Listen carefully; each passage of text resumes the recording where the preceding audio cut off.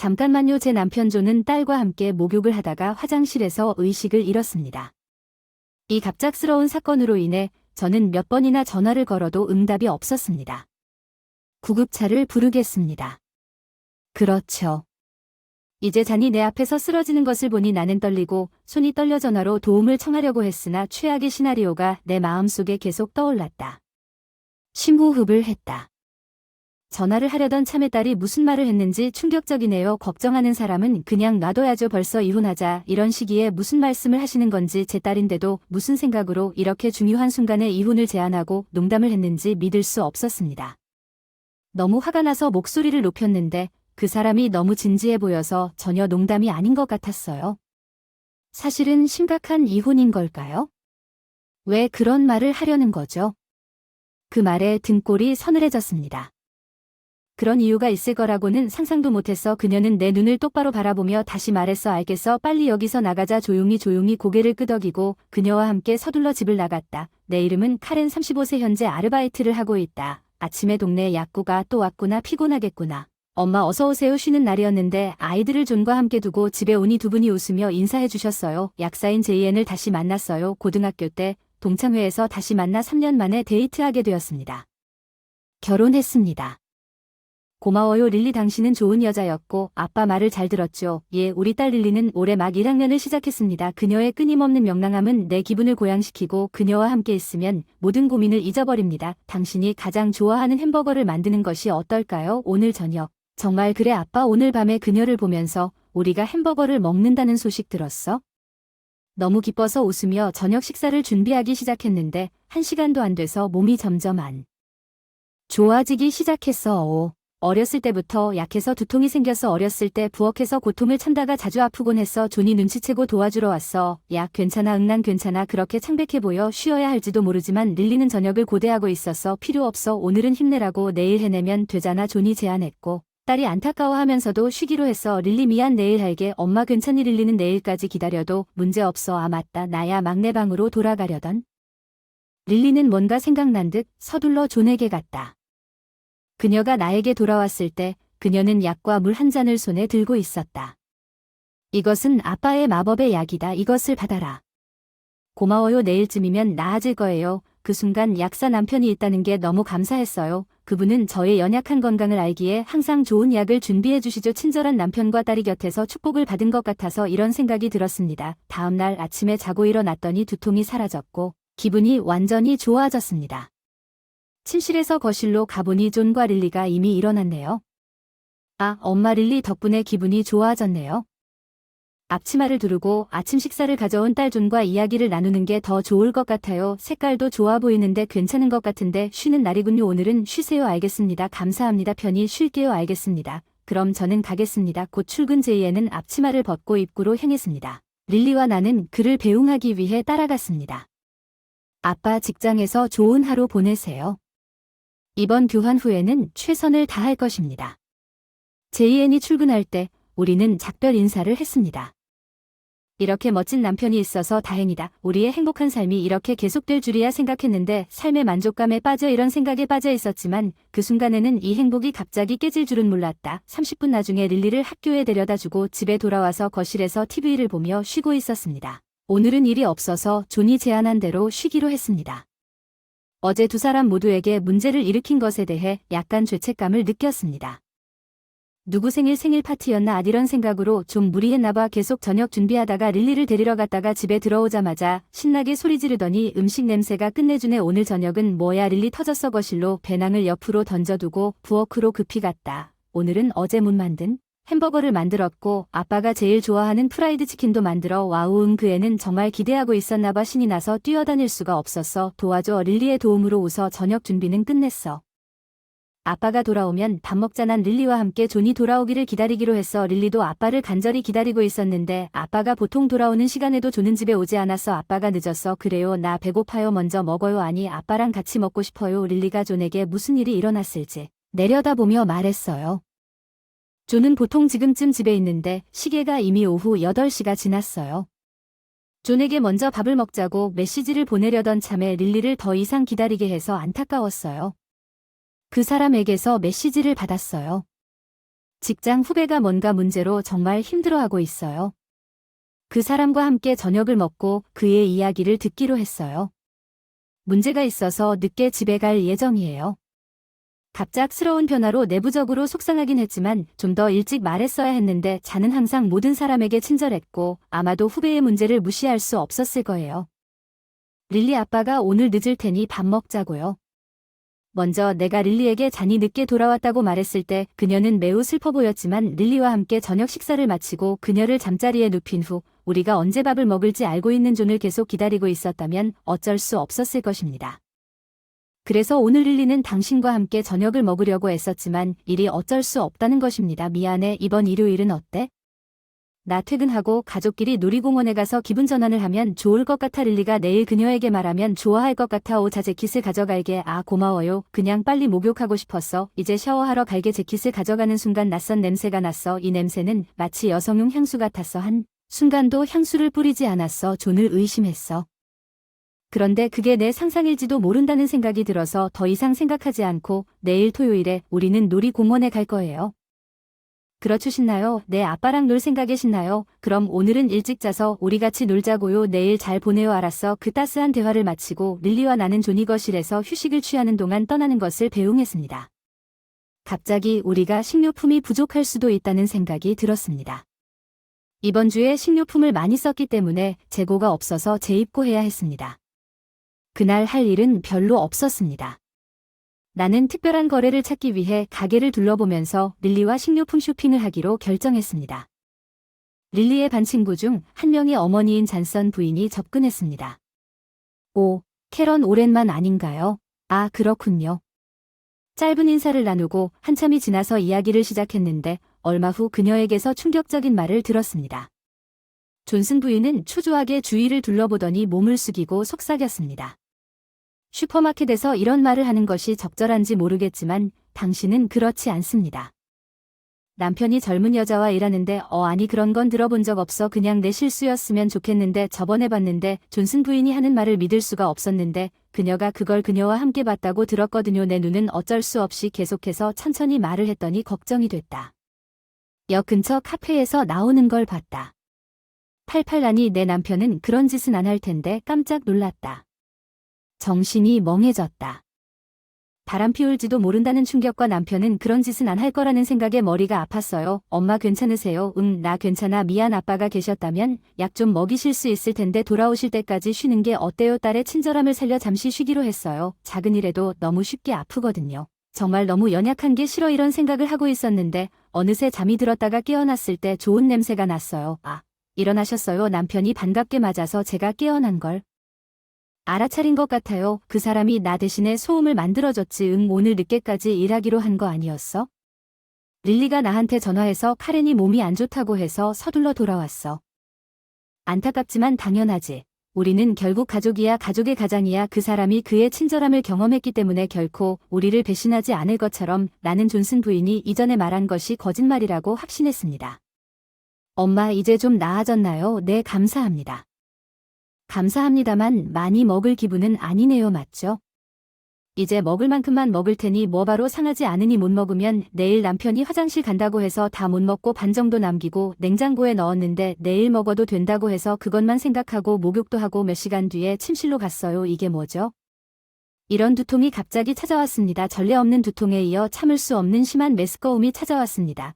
급히 화장실로 달려가 버텼는데 무슨 원인인지 오늘은 다들 똑같은 걸 먹었는데도 없더군요. 남편이나 딸이 깨어났다는 기미는 없습니다. 아 잠깐만, 요 남편이 저에게 저녁 식사를 차릴 때 보충제를 추가했다고 말했던 게 기억나네요. 아마도 일종의 부작용이었을 것입니다. 하지만 약사로서 그는 심각한 영향을 미칠 수 있는 어떤 것도 사용하지 않을 것입니다. 몸은 뭔가 내 마음에 안 들었나 봐. 화장실에 좀 있다가 속이 비워질 때까지 구토를 하다가 다음날 메스꺼움이 완전히 가라앉고 기분이 완전히 좋아진 두 사람을 위해 점심을 만들기로 했다. 공원에 가려고 했는데 어제 먹다 남은 음식이 있다는 걸 기억하고 그 사람이 준비한 것을 먹지 않는 게 실례인 것 같아도 어젯밤 일 때문에 먹기가 무서워서 남은 음식을 넣기로 했어요. 남편과 딸을 위한 도시락. 좋은 아침. 좋은 아침. 제가 점심을 만들다가 남편과 딸이 아침 식사를 차리고 일어났습니다. 여기 각자의 도시락을 건네주었습니다. 이것을 가지고 점심으로 먹어요. 알겠습니다. 만들어주셔서 감사합니다. 저녁쯤이면 돌아올 거라고 하고 공원으로 떠났다.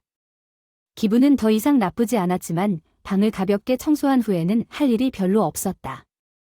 침실로 돌아가서 잠시 잠이 들었다. 몇 시간 뒤 깨어났을 때는 이미 늦은 오후였다. 그런 생각을 하며 일어날 시간이었다. 나는 남편과 딸이 이미 돌아온 거실로 갔다.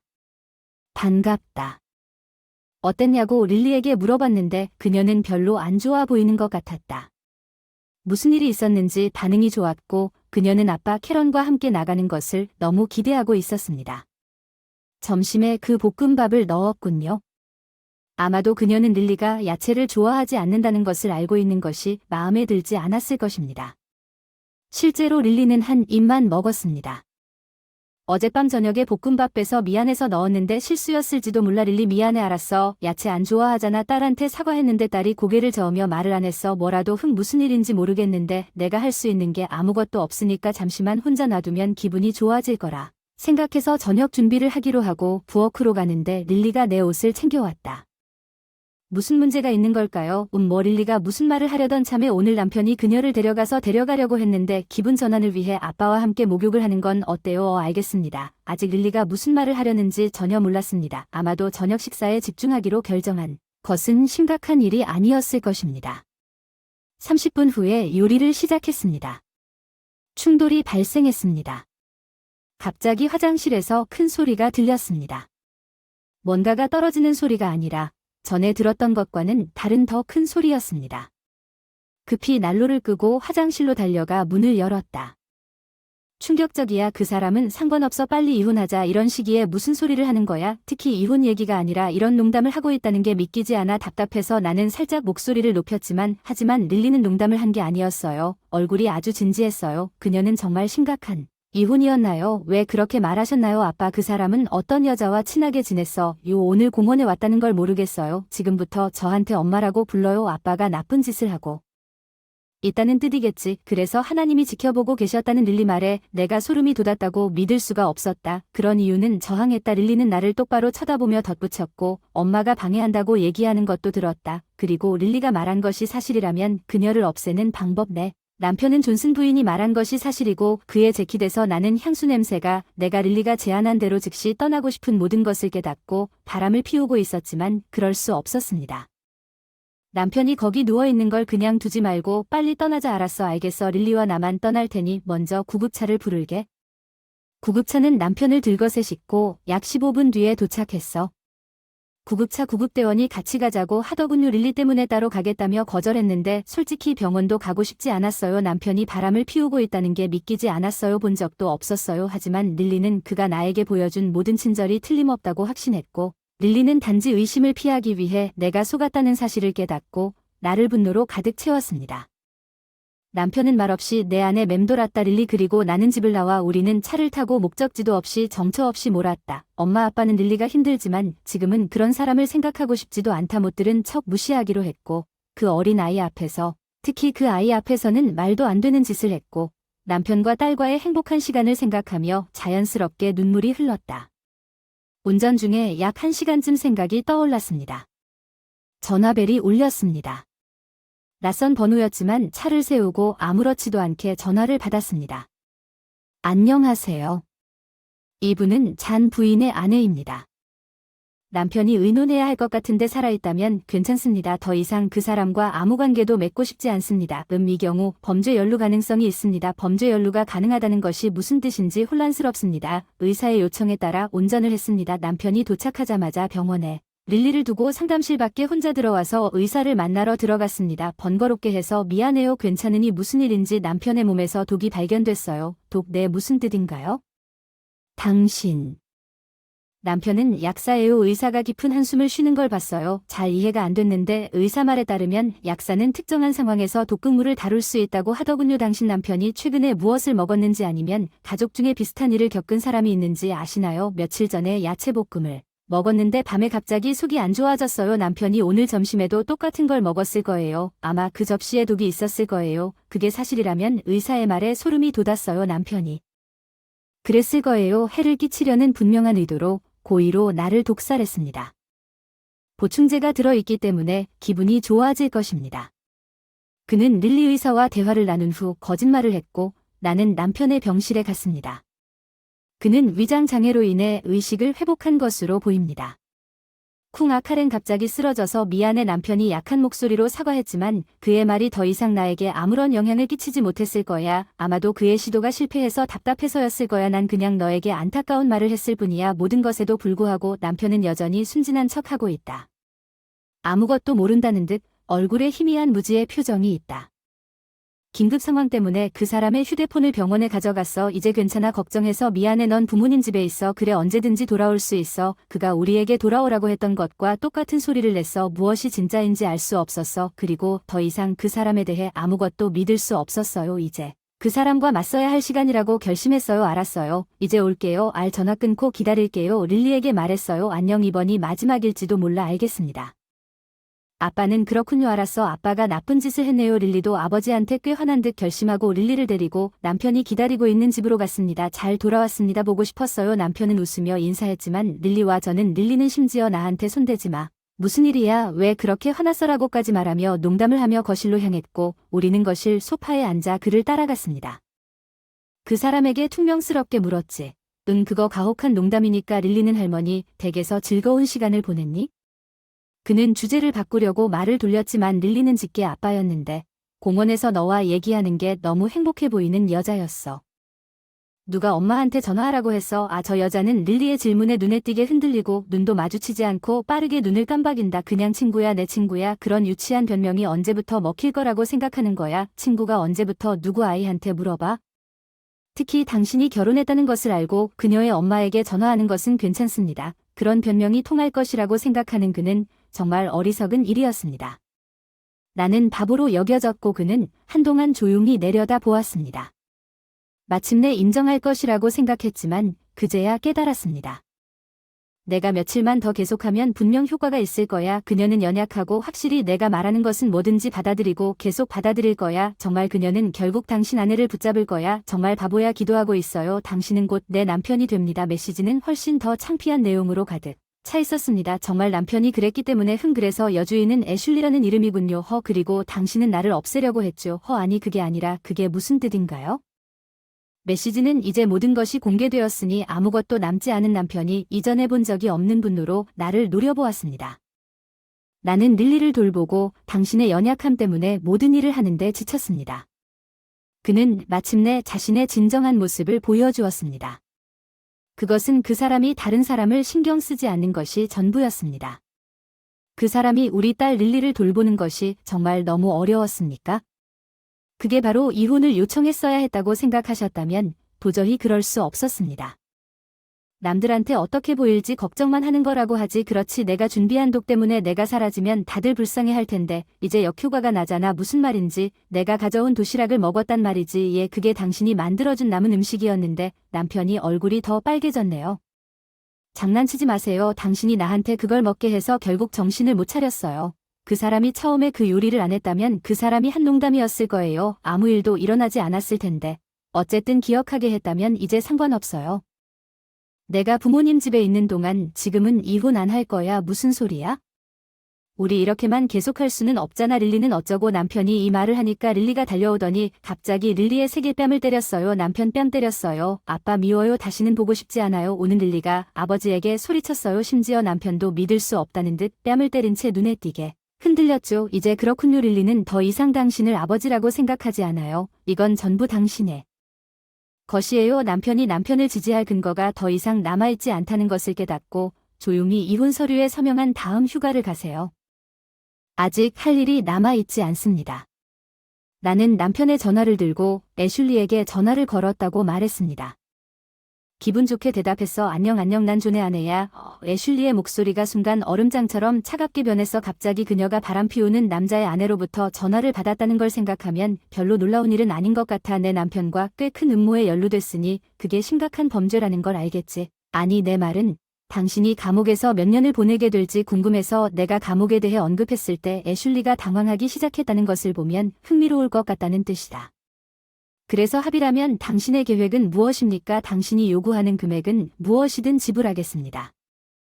경찰은 말고 제발 그녀는 체포되지 않기 위해 필사적으로 목소리가 떨리는 것 같았지만 나는 그녀를 그렇게 쉽게 놓아주지 않을 것이었습니다. 그녀는 결과에 직면해야 했습니다. 그녀의 행동에 대해 내가 지불금을 지불할지 여부는 나중에 결정될 것입니다. 지금은 무슨 일이 일어날지 두려워하며 살아요. 잠깐만요. 예실이가 더 말하기 전에 전화를 끊었습니다. 전체 대화를 들은 남편은 자신이 다음 사람이 될 수도 있다는 것을 깨달았습니다. 얼굴이 창백해졌습니다. 평소의 자신감이 완전히 사라졌습니다. 그들이 한 일을 들었군요. 지금 당장 경찰에 갈 수도 있지만 어떻게 하시겠습니까? 지금은 변호사에게 자세한 내용을 문의하도록 하겠습니다. 물론 당신은 그렇게 할 것입니다. 법적 비용은 내가 부담해도 괜찮지요? 알았어, 이해해. 그래서 그날 남편을 떠나 다음날 부모님 집으로 돌아왔어. 나는 즉시 변호사를 고용하고 공식적으로 남편과 예실이 모두에게 위자료를 요구하지 않았습니다. 이 일이 쉽게 끝나도록 나는 또한 남편과 예실이의 직장 모두에 그들의 행동을 설명하는 증명 우편을 보내달라고 요청했습니다. 일주일이 지났고 이제 변호사 우편물이 정직하게 사무실에 도착했을 것입니다. 경찰에 신고할 수도 있었지만 이 방법으로 그들은 전 남편이 독약을 먹은 것은 자신의 몰락의 일부였습니다. 나는 의심을 피하기 위해 신고를 자제했습니다. 남자가 이렇게 비열한 사람이 될 줄은 상상도 못했습니다. 앞으로는 후회하며 살았으면 좋겠습니다.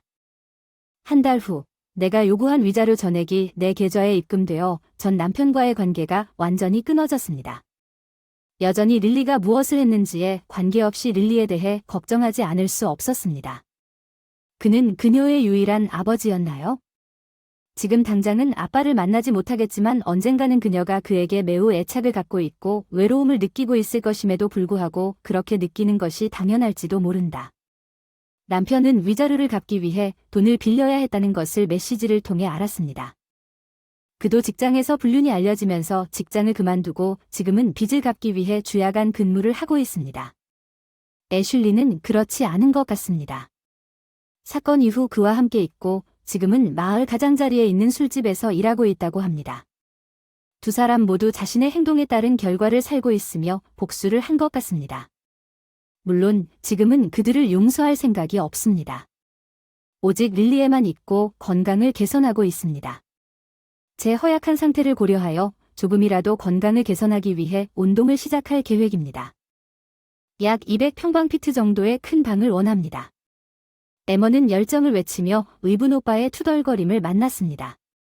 짐을 풀다가 곁눈질로 두 사람의 대화를 포착하던 중 그는 놀리는 듯한 어조로 나에게 소리쳤다. 야, 불만스러워도 불평하지 마. 날 반대하면 이혼인 걸 기억해. 그들은 그들의 새로운 일에 대해 정말 기대하고 있어 집에 망각된 집 기쁨을 보는 비밀. 나는 동정심을 느낄 수밖에 없어 진실을 밝히기로 결정했습니다. 내 이름은 미아 스미스입니다. 나는 35세의 일러스트레이터입니다. 쌍둥이 자매가 있습니다. 그녀의 이름은 샤어러트입니다. 그녀는 나를 좋아합니다. 일러스트레이터이기도 하지만 만화가로도 활동하고 있습니다. 저는 일러스트레이터로 일하고 있으며 그 사이에 다른 직업을 가지기도 하고 다른 직업이 엄밀히 말하면 제 주요 직업일 수도 있습니다. 저의 열정은 일러스트레이션에 있기 때문에 종종 그것을 제 주요 직업이라고 부릅니다. 직업 내 쌍둥이 여동생 샬럿과 나는 얼굴부터 체형까지 모든 면에서 똑같다. 너무 닮아서 부모님조차 우리를 구분하기 어려워하고 혼란스럽고 좌절할 정도였다. 우리는 과거의 우리와 똑같습니다. 우리는 장난을 위해 이러한 유사점을 이용했습니다. 우리는 시험을 위해 장소를 바꾸거나 아버지가 우리를 심하게 꾸짖었을 때 이 생활 방식이 바뀐 사람이 누구인지 추측하도록 어른들을 속였습니다. 당신은 사람들을 만들기 위해 쌍둥이로 태어난 것이 아닙니다. 기분 나빠서 태어났다고 혼났다고 혼나지 말라고 혼내지 않으려고 남에게 방해가 되는 짓은 그만뒀다. 그때 아버지 어머니의 슬픈 얼굴을 보며 우리가 정말 뭔가를 하고 있다는 걸 실감하게 됐다. 틀렸어. 그 이후로 우리는 똑같은 외모로 누구에게도 상처를 준 적이 없어. 우리가 성장했다는 신호야. 샬롯은 결혼했지만 나는 싱글이야. 남자들을 로맨틱한 유망주로 보는 건 조심스럽지만 샬롯은 항상 그보다 더 컸어. 사랑에 대한 성향. 그녀는 위로를 위해 나에게 의지하는 잘못된 남자들에게 종종 속았지만 그녀의 현재 남편은 훌륭한 남자이고 그녀의 성격과 경력을 이해하고 우리 가족을 깊이 돌보고 있습니다. 그의 이름은 잭 잔선입니다. 그들은 친구를 통해 만났고 샤얼러트는 떨어졌습니다. 제게 성실함과 친절함 덕분에 이전 결혼해서 딸 에머가 생겼습니다. 전 부인이 처음에 그녀를 그에게 밀어붙인 후 그녀를 데려가야 했습니다. 이로 인해 저는 불안해졌습니다. 그녀가 당신에게 밀려났다고 말하는 것에 대해 어떻게 생각하시나요? 에머는 내 소중한 딸이 그렇지 않니? 내 말이 맞아. 그 애는 내 목숨보다 나에게 더 중요하지만 엠마는 여자이고 출장이 잦은 직업 때문에 남자가 되어 집이 텅 비는 경우가 많다. 그땐 엄마한테 사랑받는 게 나와 함께 외로워하는 것보다 낫다고 생각했어요. 형부가 복잡한 사정을 얘기하니 감정에 일그러진 얼굴로 혼자 키울 자신이 없었어요. 가족 사정을 충분히 이해하지 못한 채 주관적으로 말해서 상처를 준 것에 대해 사과했습니다. 샬럿에게도 사과했습니다. 남편에게 소개시켜주고 불쾌한 질문을 한 것을 후회했지만 두 분 모두 제 무례함을 용서하셨으니 걱정하시는 게 당연해요. 미아 걱정되시죠? 특히 샬롯은 너무 친절한 사람이기 때문에 샬롯의 남편이 엠마를 제대로 대하지 않을 수도 있다는 것, 당신은 그녀가 잘못된 남자에게 빠질까 봐 걱정했을 것입니다. 오늘 우리 대화를 듣고 처음에는 조금 안심이 됐나 봐요. 나도 당신처럼 걱정했어요. 미아지만 잭이 엠마와 함께 있는 걸 보니 모든 걱정이 사라졌어요. 그 사람이 그녀를 얼마나 아끼는지 누구보다 잘 알아요. 그들의 웃음과 행복으로 인해 내 간섭이 옳았음을 깨달았어요. 불필요하게. 괜찮을 거야. 함께라면 뭐든지 이겨낼 수 있어. 행복해. 샬롯은 의지할 수 있는 사람을 찾았어. 좀 쓸쓸한 걸 참을 수가 없어. 모든 일에 언니라고 말하곤 찾아오던 샬롯. 더 이상 여기 없는 언니 역할이 끝난 것 같아서 허전한 마음이 들지만 샬롯이 행복해하는 모습을 보는 것이 가장 중요하다고 진심으로 간청했고 샬롯을 잘 보살펴달라고 부탁했고 소중히 간직하겠다고 약속했습니다. 그녀와 평생 동안 우리는 잭이 에머에 대해 더 많이 공유한 일상적인 이야기와 그의 이혼 상황으로 인해 그의 직업이 그를 너무 바빠서 집안일에 참여할 수 없었거나 육아에 참여할 수 없었던 것에 대해 이야기를 나눴습니다. 한 부부가 우리 결혼 생활에 부담을 주었고 결국 이혼으로 이어졌습니다. 나는 점점 일 중심적으로 되어 아내에게 많은 부담을 주게 되었습니다. 그는 아내가 자신을 떠난 이유는 이해할 수 있다고 인정했지만 대화가 에머에게로 옮겨졌을 때 그의 아내는 이렇게 말했습니다. 아버지의 자존심으로 얼굴이 밝아진다. 그녀는 약간 장난을 칠 수도 있지만 본질적으로 정직하고 사랑스러운 아이입니다. 미아는 그녀와 잘 지낼 것 같아요. 내 처남이 부모님의 사랑스러운 모습을 보여주었고 나를 웃게 만들었습니다. 무의식적으로 잭의 가족에 대한 헌신을 보고 샬롯이 행복하다면 그가 샬롯을 잘 돌볼 것이라고 안심했습니다. 그때부터 나에게 중요한 것은 샬롯이 나에게 와서 눈물을 흘리는 날까지 불필요하게 그들의 삶에 간섭하지 않기로 결정했습니다. 일기예보에서 홍수경보가 나올 정도로 폭우가 쏟아지는 날이었다. 손님도 없을 줄 알고 집에서 한가롭게 일을 하고 있는데 갑자기 초인종이 울렸다. 배달도 아니고 부모님이 방문하신다는 말도 없었다. 샬롯이 그런 날 누구일지 미리 전화를 했을 텐데 조심스럽게 인터폰을 확인해보니 비에 흠뻑 젖은 샬롯이 보였다. 평소에 미리 연락을 하던 샬롯이 예고도 없이 우리 집에 찾아온 것은 처음이다. 급히 문을 열고 문을 열자마자 샤를로테가 나를 안아주었다. 샤를로테 왜냐 흠뻑 젖은 언니 도와줘. 혼란스러워. 아파트 단지에 사는 내 아파트 입구에서 갑자기 감정 폭발. 입구에서 당연히 큰 소리로 울면 이웃에게 방해가 될 수 있습니다. 흠뻑 젖은 샬롯을 아파트로 초대했습니다. 욕실에서 목욕수건을 가져오고 먼저 얼굴과 몸을 닦으라고 했습니다. 머리도 말리세요. 저도 뭔가 만들어 드릴게요. 따뜻한 술을 마신다는 것은 샬롯이 이렇게 도움을 청하며 나에게 찾아온 지 오랜만이었다. 우리 어린 시절에 너무나 익숙했던 이 장면은 몇 년 동안 보기 드문 일이었는데 보통 샬롯이 이렇게 정신이 나갔을 때는 그녀가 힘든 상황에 처했다는 뜻이었다. 잘 못하는 샬롯 남에게 기대는 건 한계에 이르렀을 때만 도움을 구하는 건 집에 문제가 있는 거지. 이런 걱정이 마음속에 커져가는 동안 나는 먼저 목욕 준비를 하고 몸을 따뜻하게 해줄 준비를 하고 불러냈고 그녀는 순종적으로 나를 따라왔다. 목욕을 마친 그녀는 한결 여유로워 보였고 거실로 돌아와 나는 그녀 앞에 따뜻한 커피 한 잔을 놓아주었다. 무슨 일이 있었는지 예고도 없이 내 집으로 찾아온 건 심각한 일이겠지. 진정하고 있는 샤를로테에게 다정하게 물었다. 내 말에 커피를 마시다가 다시 눈물이 흘렀지만 그녀는 설명하면서 참았다. 사실 잭이 요즘 이상하게 행동하고 있다. 샬롯이 그렇게 진지하게 말했고 자세히 보니 잭 샬롯과 동거한 이후로 얼굴이 지치고 피곤해 보였다. 엠마는 아직 고등학생이었고 많은 관심이 필요했습니다. 샬롯은 집에서 일하고 거의 모든 가사 책임을 맡게 되었다고 말했습니다.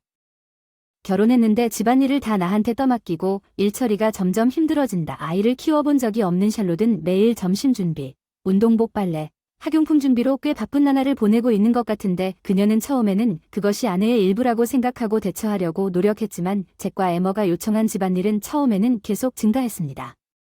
그것은 실제로 모든 아내가 하는 전형적인 집안일이었지만 점차 잭의 일을 준비하여 에머를 준비시키는 것으로 바뀌었습니다. 학교에서는 심지어 심부름까지 하고 마사지를 하고 물건을 가져오라는 명령을 받는 일까지 확대되었습니다. 둘 다 잭과 함께 집에서 일하는 그녀를 무시하기 시작했고 심지어 내가 당신을 부양하는 사람이라고 정서적 학대에 의지하기도 했습니다. 그녀는 재정적으로 기여하지 않았기 때문에 잭과 에머에게 무조건 복종해야 했습니다. 샤얼러트가 그를 무시하면 즉시 이혼을 의미할 것입니다. 그들은 그녀를 통제하여 그녀를 구석으로 밀었습니다. 에머는 처음에는 친절해 보였지만 잭이 나를 이렇게 대하기 시작했을 때 그녀는 시작했습니다. 나를 좀 더 하인처럼 보기 위해 샬롯은 엠마가 학교 준비 과정에서 잊은 사소한 일들에 대해서도 불평하고 음식에 대해 끊임없이 비판하는 방법을 설명했지만 그녀가 감사하다고 느꼈던 유일한 때는 샬롯이 엠마에게 요청한 불공평함에 압도된 결혼 후 처음 며칠뿐이었습니다. 혼자서 할 일이 있는데 차가운 시선과 샬롯을 혼내는구나. 넌 그냥 집에 앉아 원격 근무를 하고 있잖아. 내가 너에게 할 일을 주는데 어떻게 그렇게 스트레스 받은 것처럼 보이니? 아빠가 훨씬 더 바쁘고 더 힘들어 보이니? 어떻게 피곤한 표정을 지을 수 있단 말인가? 그날 밤 아빠가 도와주지 않았니? 엠마는 이 사실을 잭에게 보고했고 샬롯은 그의 분노에 직면했다. 그 이후로 그녀는 잭이 알게 될까 봐 정신적으로 엠마에게 아무것도 해달라고 감히 요청하지 않았다. 더 구석구석 샬롯은 묵묵히 버텼습니다. 일러스트레이터라는 직업은 멘탈 상태에 따라 많이 좌우되는데 제가 일을 잘 할 수 있을지 없을지는 멘탈이 지칠 때 멘탈 상태에 따라 크게 영향을 받습니다. 그 주에 그녀는 끊임없는 꾸짖음과 두려움으로 인해 붓을 짚는 것조차 두려워서 만족스러운 작업을 할 수 없었다고 눈물을 흘리며 나에게 고백했습니다. 그녀는 그 이후로 고객을 실망시키고 있다고 느꼈습니다. 만들기 싫은 엠마를 위해 계속 점심을 만들어주고 잭의 일 준비를 도우면서 갈등을 피하기 위해 노력했다. 학교에서 당황스러울 거예요. 이 드레스 셔츠 컬러가 늘어나서 엠마가 이상한 사람이 될 거예요. 제대로 다림질도 못하겠나요? 전 부인이 이 일을 완벽하게 했을 거예요. 결혼 전에 내가 알았던 잭과 엠마는 완전히 다른 사람들처럼 보였습니다. 샬롯과 함께하기 전까지는 엠마가 정말 착하고 다정한 소녀라고 생각했는데 지금은 현실이 완전히 달라 거의 사기 같았고 그 이야기에 충격을 감추지 못했습니다. 어떻게 해야 할까요? 겁이 납니다. 그 사람과 함께라면 집으로 돌아가고 싶지 않아. 샬롯이 나에게 매달리며 울면서 나는 분노가 치밀어 오르는 것을 느꼈다. 내 사랑하는 여동생을 스트레스 해소를 위해 샌드백으로 사용하여 이런 식으로 대하는 것은 용서할 수 없는 일이었다. 나는 단지 참을 수 없었다. 나 샬롯을 부드럽게 안아주고 머리를 쓰다듬어 위로해줘서 괜찮아. 꼭 도와줄게. 샬롯을 잭에게서 떼어내고 그 악마들로부터 보호해주겠다고 다짐했지만 어떻게 하면 샬롯에게 도움이 될 수 있을지 고민하다가 눈이 떨어졌어. 초등학교 앨범에는 졸업 직전 장난으로 아빠에게 혼났던 때를 떠올리게 하는 장난사진과 아이디어가 떠올라 샬롯에게 뜻밖의 제안을 하기도 했다. 초등학교 시절 우리가 했던 전환기 기억.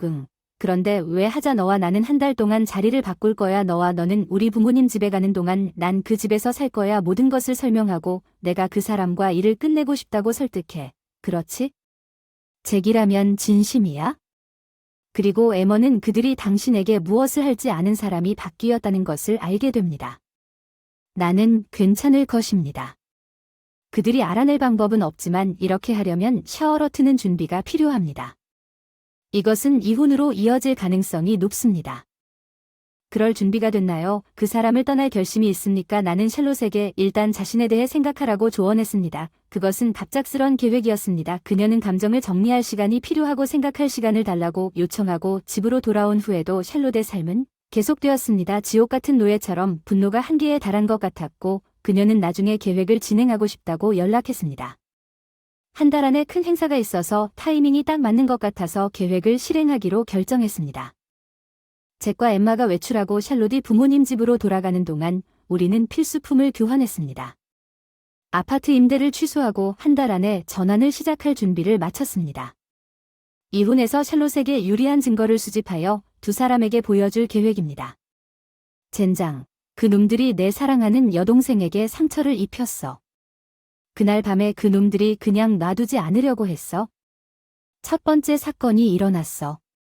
목욕하면서 잭이 소리쳤어.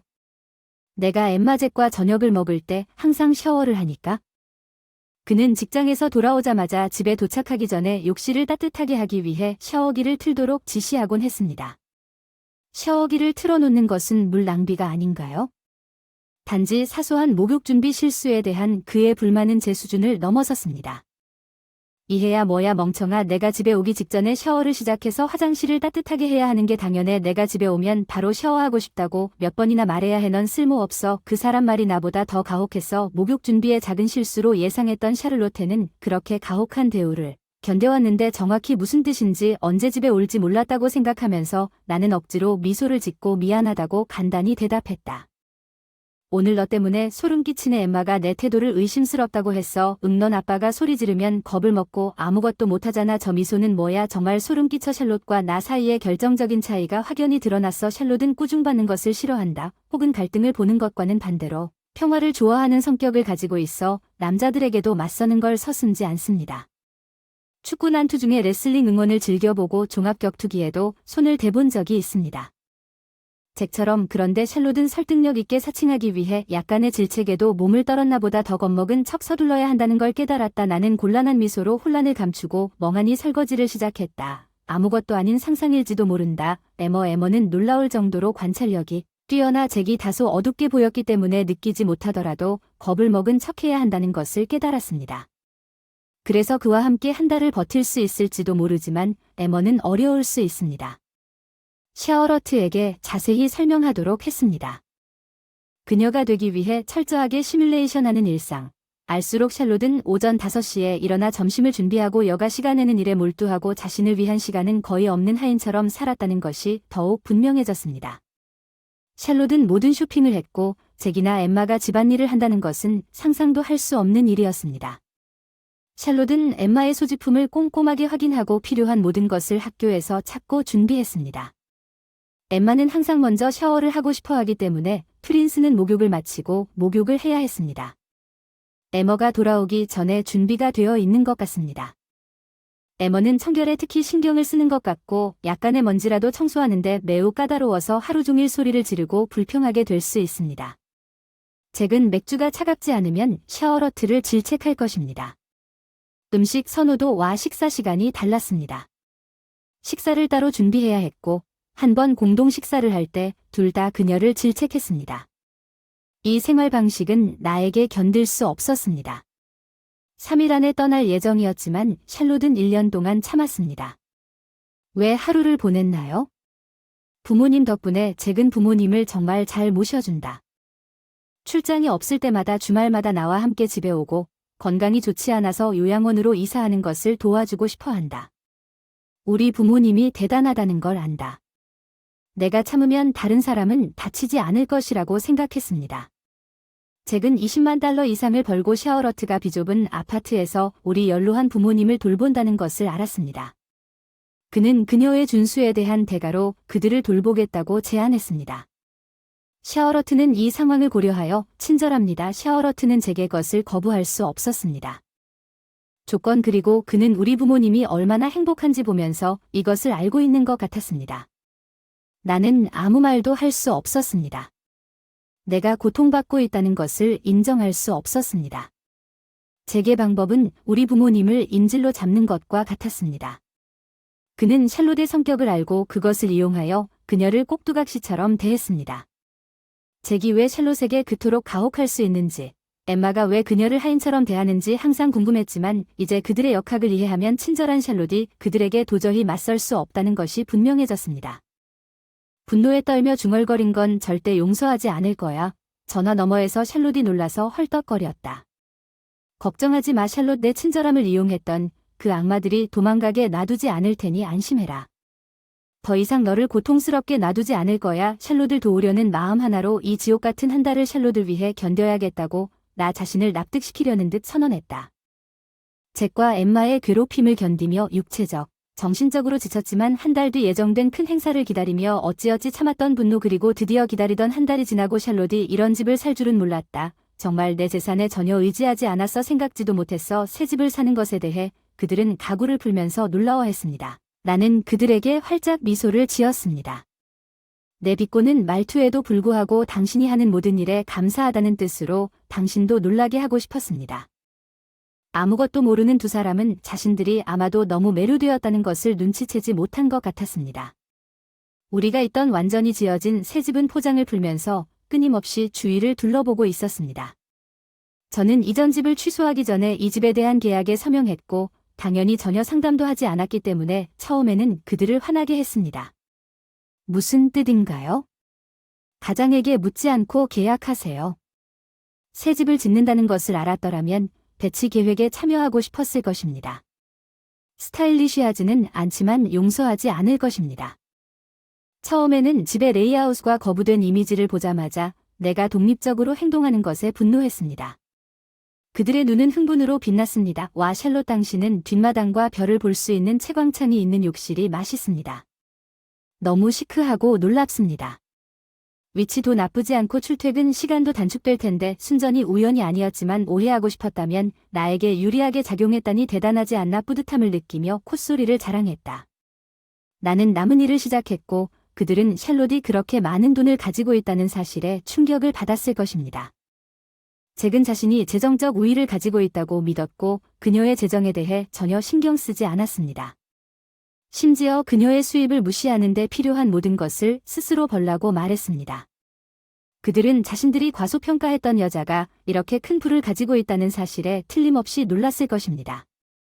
나는 그들이 그것을 손에 넣기 위한 음모를 꾸미기 시작할지도 모른다고 쉽게 추측할 수 있지만 나는 그런 일이 일어나도록 놔두지 않을 것입니다.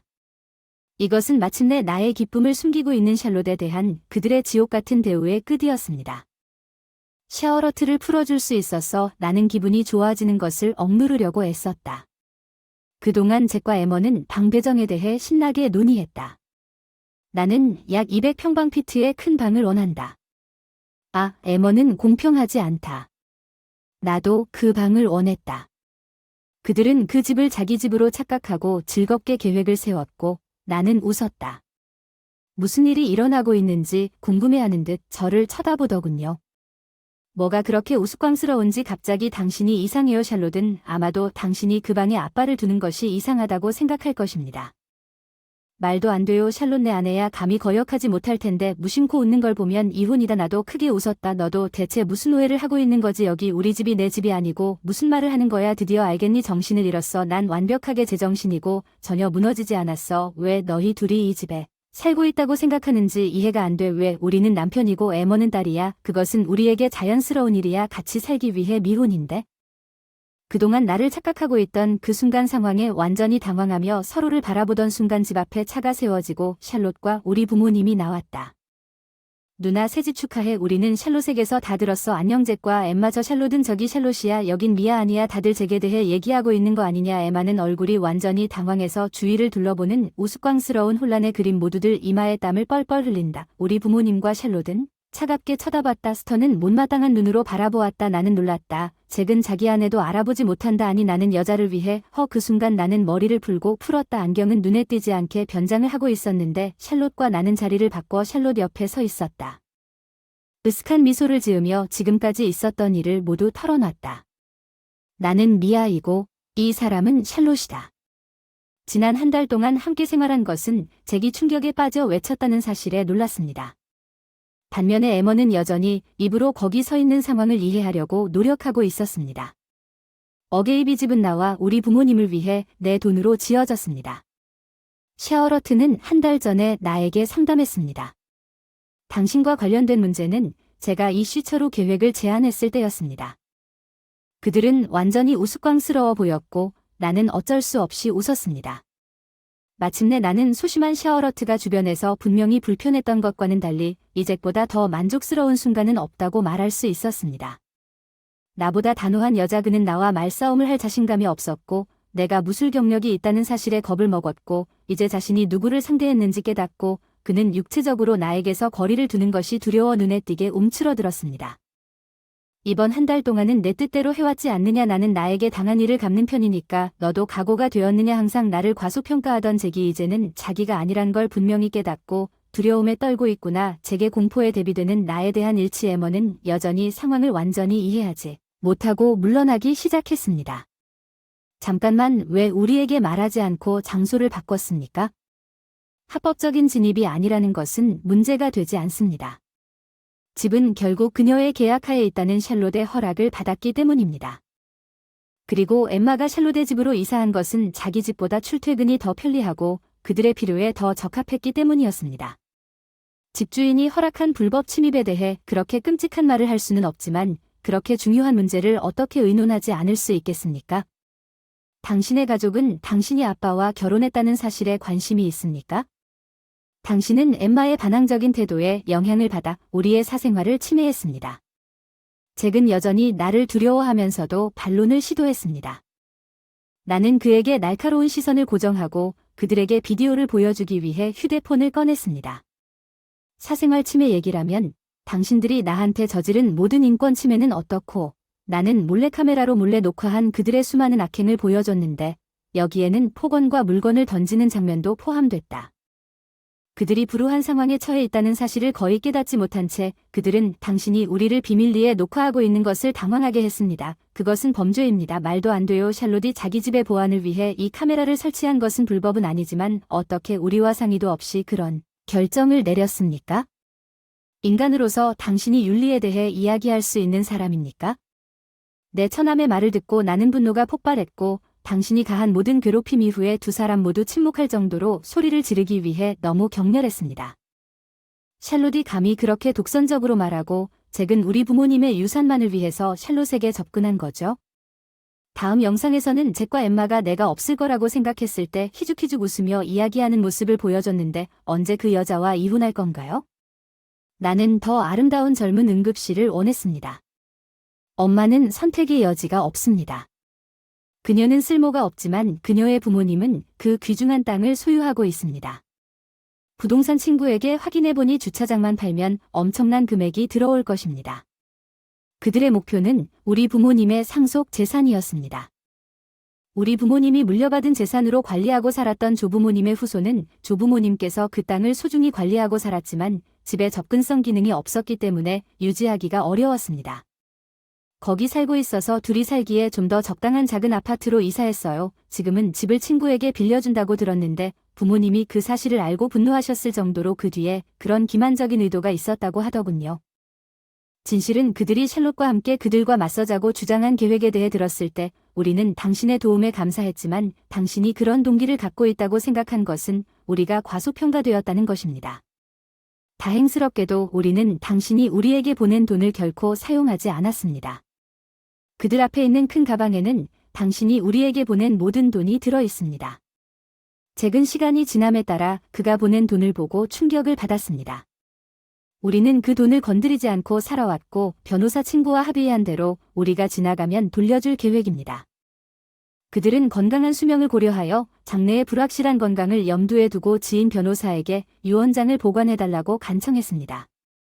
매년 업데이트하면서 어떻게 감히 우리 딸을 이런 식으로 대하는지 샬롯 잭과 엠마에게 상처를 준 것에 대해 우리는 결코 용서하지 않을 것입니다.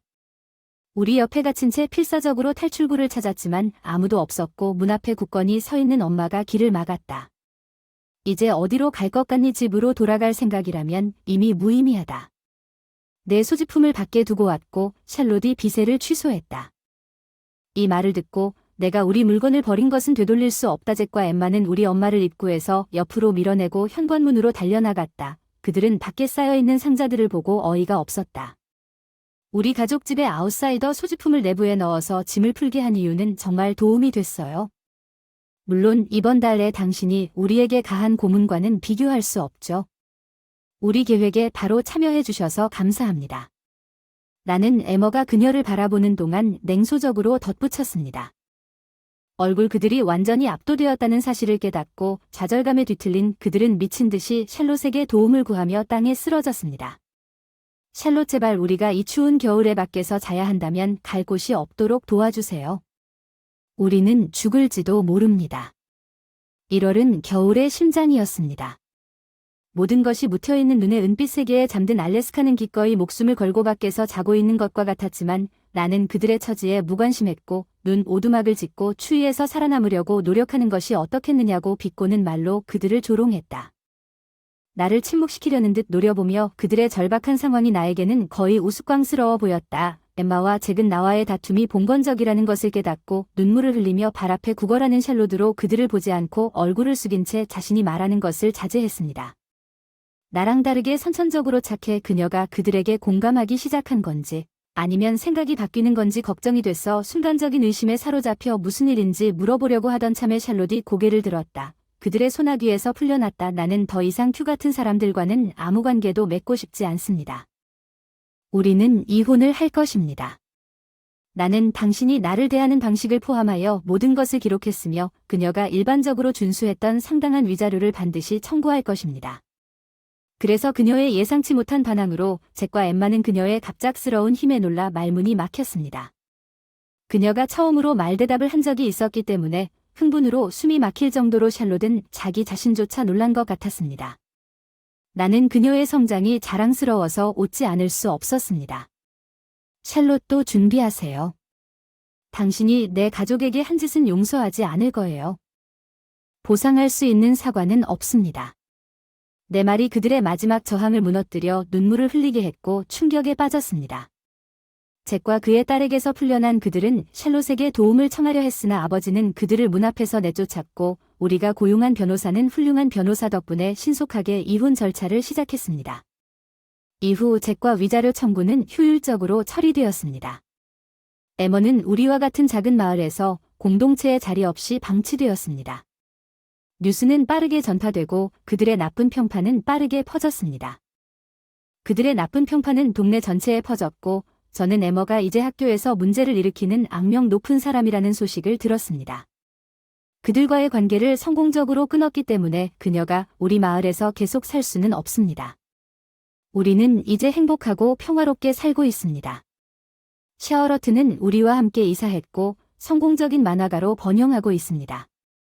당신 같은 가난한 사람들에게는 선물이 없습니다. 그냥 집으로 돌아갈 수 없습니다. 형수 에밀리가 무슨 말인지 이해가 안 가네요. 에밀리는 지금까지 모든 일에 대해 불만을 토로하고 있었습니다. 딸 리사에게 주기로 한 선물을 숨긴 것 같습니다. 지금까지 옆방에 있었던 이유는 마지막 순간에 선물을 숨기러 갔다. 에밀리는 리사가 준비한 선물을 딸의 손에서 빼앗아 살펴보듯 바닥에 던졌다. 그런 보잘것없는 것은 선물이 될 수 없다. 물건을 가져오는 사람들 이건 가족이 아닌데 집에 가는데 바닥에 지정한 브랜드가 아니라서 속상했나 봐요. 리사가 엄선한 귀걸이가 흩어졌는데 선물 교환에 참여한 다른 아이들이 주워가는데 리사가 얼어붙은 것 같았어요. 그녀는 리사의 눈에 눈물이 맺히기 시작한 상황을 천천히 깨닫기 시작하면서 방금 무슨 일이 일어났는지 이해할 수 없었습니다. 그녀는 단지 13살의 중학생일 뿐입니다. 이것을 보고 그녀가 울기 시작한 것은 놀라운 일이 아닙니다. 에밀리는 승리의 표정을 지었습니다. 우리 어머니, 시어머니는 나중에 방에 들어와 우는 리사를 비웃으며 이 순간을 틈타 에밀리가 계속해서 우리를 혼냈지만 오래가지 못했습니다. 저는 아르바이트를 하면서 메리 하퍼입니다. 외동 딸 리사를 키우고 있습니다. 그리고 곧 50대에 접어들었습니다. 리사는 35살에 태어나 올해 13살이 되었습니다. 남편 켄이 있는데 저보다 1살 위지만 리사는 켄과 결혼하기 전에 그의 딸이 아닙니다. 저는 다른 남자와 결혼했습니다. 리사는 그 결혼에서 태어난 딸, 우리는 행복한 세 식구였지만 오래 가지 못했습니다. 당시 전 남편이 교통사고로 사망했습니다. 리사는 고작 3살이었고 아버지를 거의 기억하지 못했습니다. 처음에는 슬픔에 잠겼지만 저는 리사도 잃을 여유가 없었어요. 돈이 필요해서 미혼모로 키우기로 했어요. 그 이후로 육아와 아르바이트를 병행하면서 2년 만에 직장에서 켄을 만났습니다. 미혼모가 된 봄, 리사를 유치원에 데리러 올 때처럼 동료들에게 불편을 끼칠 때도 있었다. 켄은 언제나 친절함에 이끌려 이런 작은 일들로 나를 지지해 주었고 우리가 처음 사귀기 시작한 리사는 켄이 첫 경험을 하는 것에 긴장했다. 성인 남성의 모습을 이해하고 처음에는 아버지보다 친구로서 접근했습니다. 리서는 켄의 친절함을 너무도 점차 느꼈나 봅니다. 리서는 켄을 아빠라고 부르기 시작했고 우리 관계에서 진심으로 행복해 보였습니다. 켄은 자신이 불임이라고 고백했습니다. 비록 우리가 함께 아이를 가질 수는 없지만 리사를 내 딸로 여기십시오. 나는 여전히 당신과 함께 살고 싶습니다. 그리고 리사 켄은 아이를 가질 수 없는 것에 대해 열등감을 느꼈을 것입니다. 그러나 그가 리사에게 사랑을 쏟아부었다는 사실은 변하지 않았습니다. 리사가 아팠을 때 켄이 불임이기 때문에 그녀를 돌보려고 급히 달려갔던 것을 기억하십시오. 그가 리사를 자신의 딸처럼 대하는 것을 보면서 그를 떠날 이유가 결코 없었습니다. 그를 떠나는 것은 선택사항이 아니라고 나에게 확신시켰습니다. 그녀를 애지중지해 주었고 필요할 때 징계도 했습니다. 그가 정말로 리사를 돌봤다는 것이 분명했습니다. 우리는 철저한 논의를 했고 자신의 불임에 대해 털어놓은 후 우리 앞에 있는 행복을 소중히 여기기로 결정했습니다. 그는 리사와 저를 더욱 배려하게 되었습니다. 우리는 동거를 시작했고 리사가 8살 때 결혼을 했습니다. 시아버지께서는 우리 결혼을 따뜻하게 받아들이셨고 리사를 친손녀인 것처럼 점을 찍으셨습니다. 리사도 리사를 좋아하게 되었고 우리는 좋은 관계를 쌓아왔습니다. 시아버지는 그러나 시어머니는 내가 시집을 방문할 때마다 나를 돈 때문에 아들을 유혹하는 여자로 인식했고 문제가 생기면 다 내 탓이라고 했다. 접시를 발견하거나 먼지 한 점을 발견하면 내가 청소를 소홀히 한다고 비난하면 목록은 계속되고 나를 질책한 것은 시어머니뿐만이 아니었습니다. 켄에게는 2살 연상인 누나 에멀리가 있습니다. 에멀리는 주부입니다.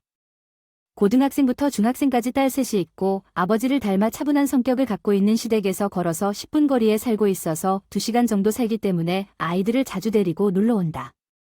바로 기차 여름방학과 새해에만 방문하기 때문에 정기적으로 에멀리와 그녀의 가족을 만납니다.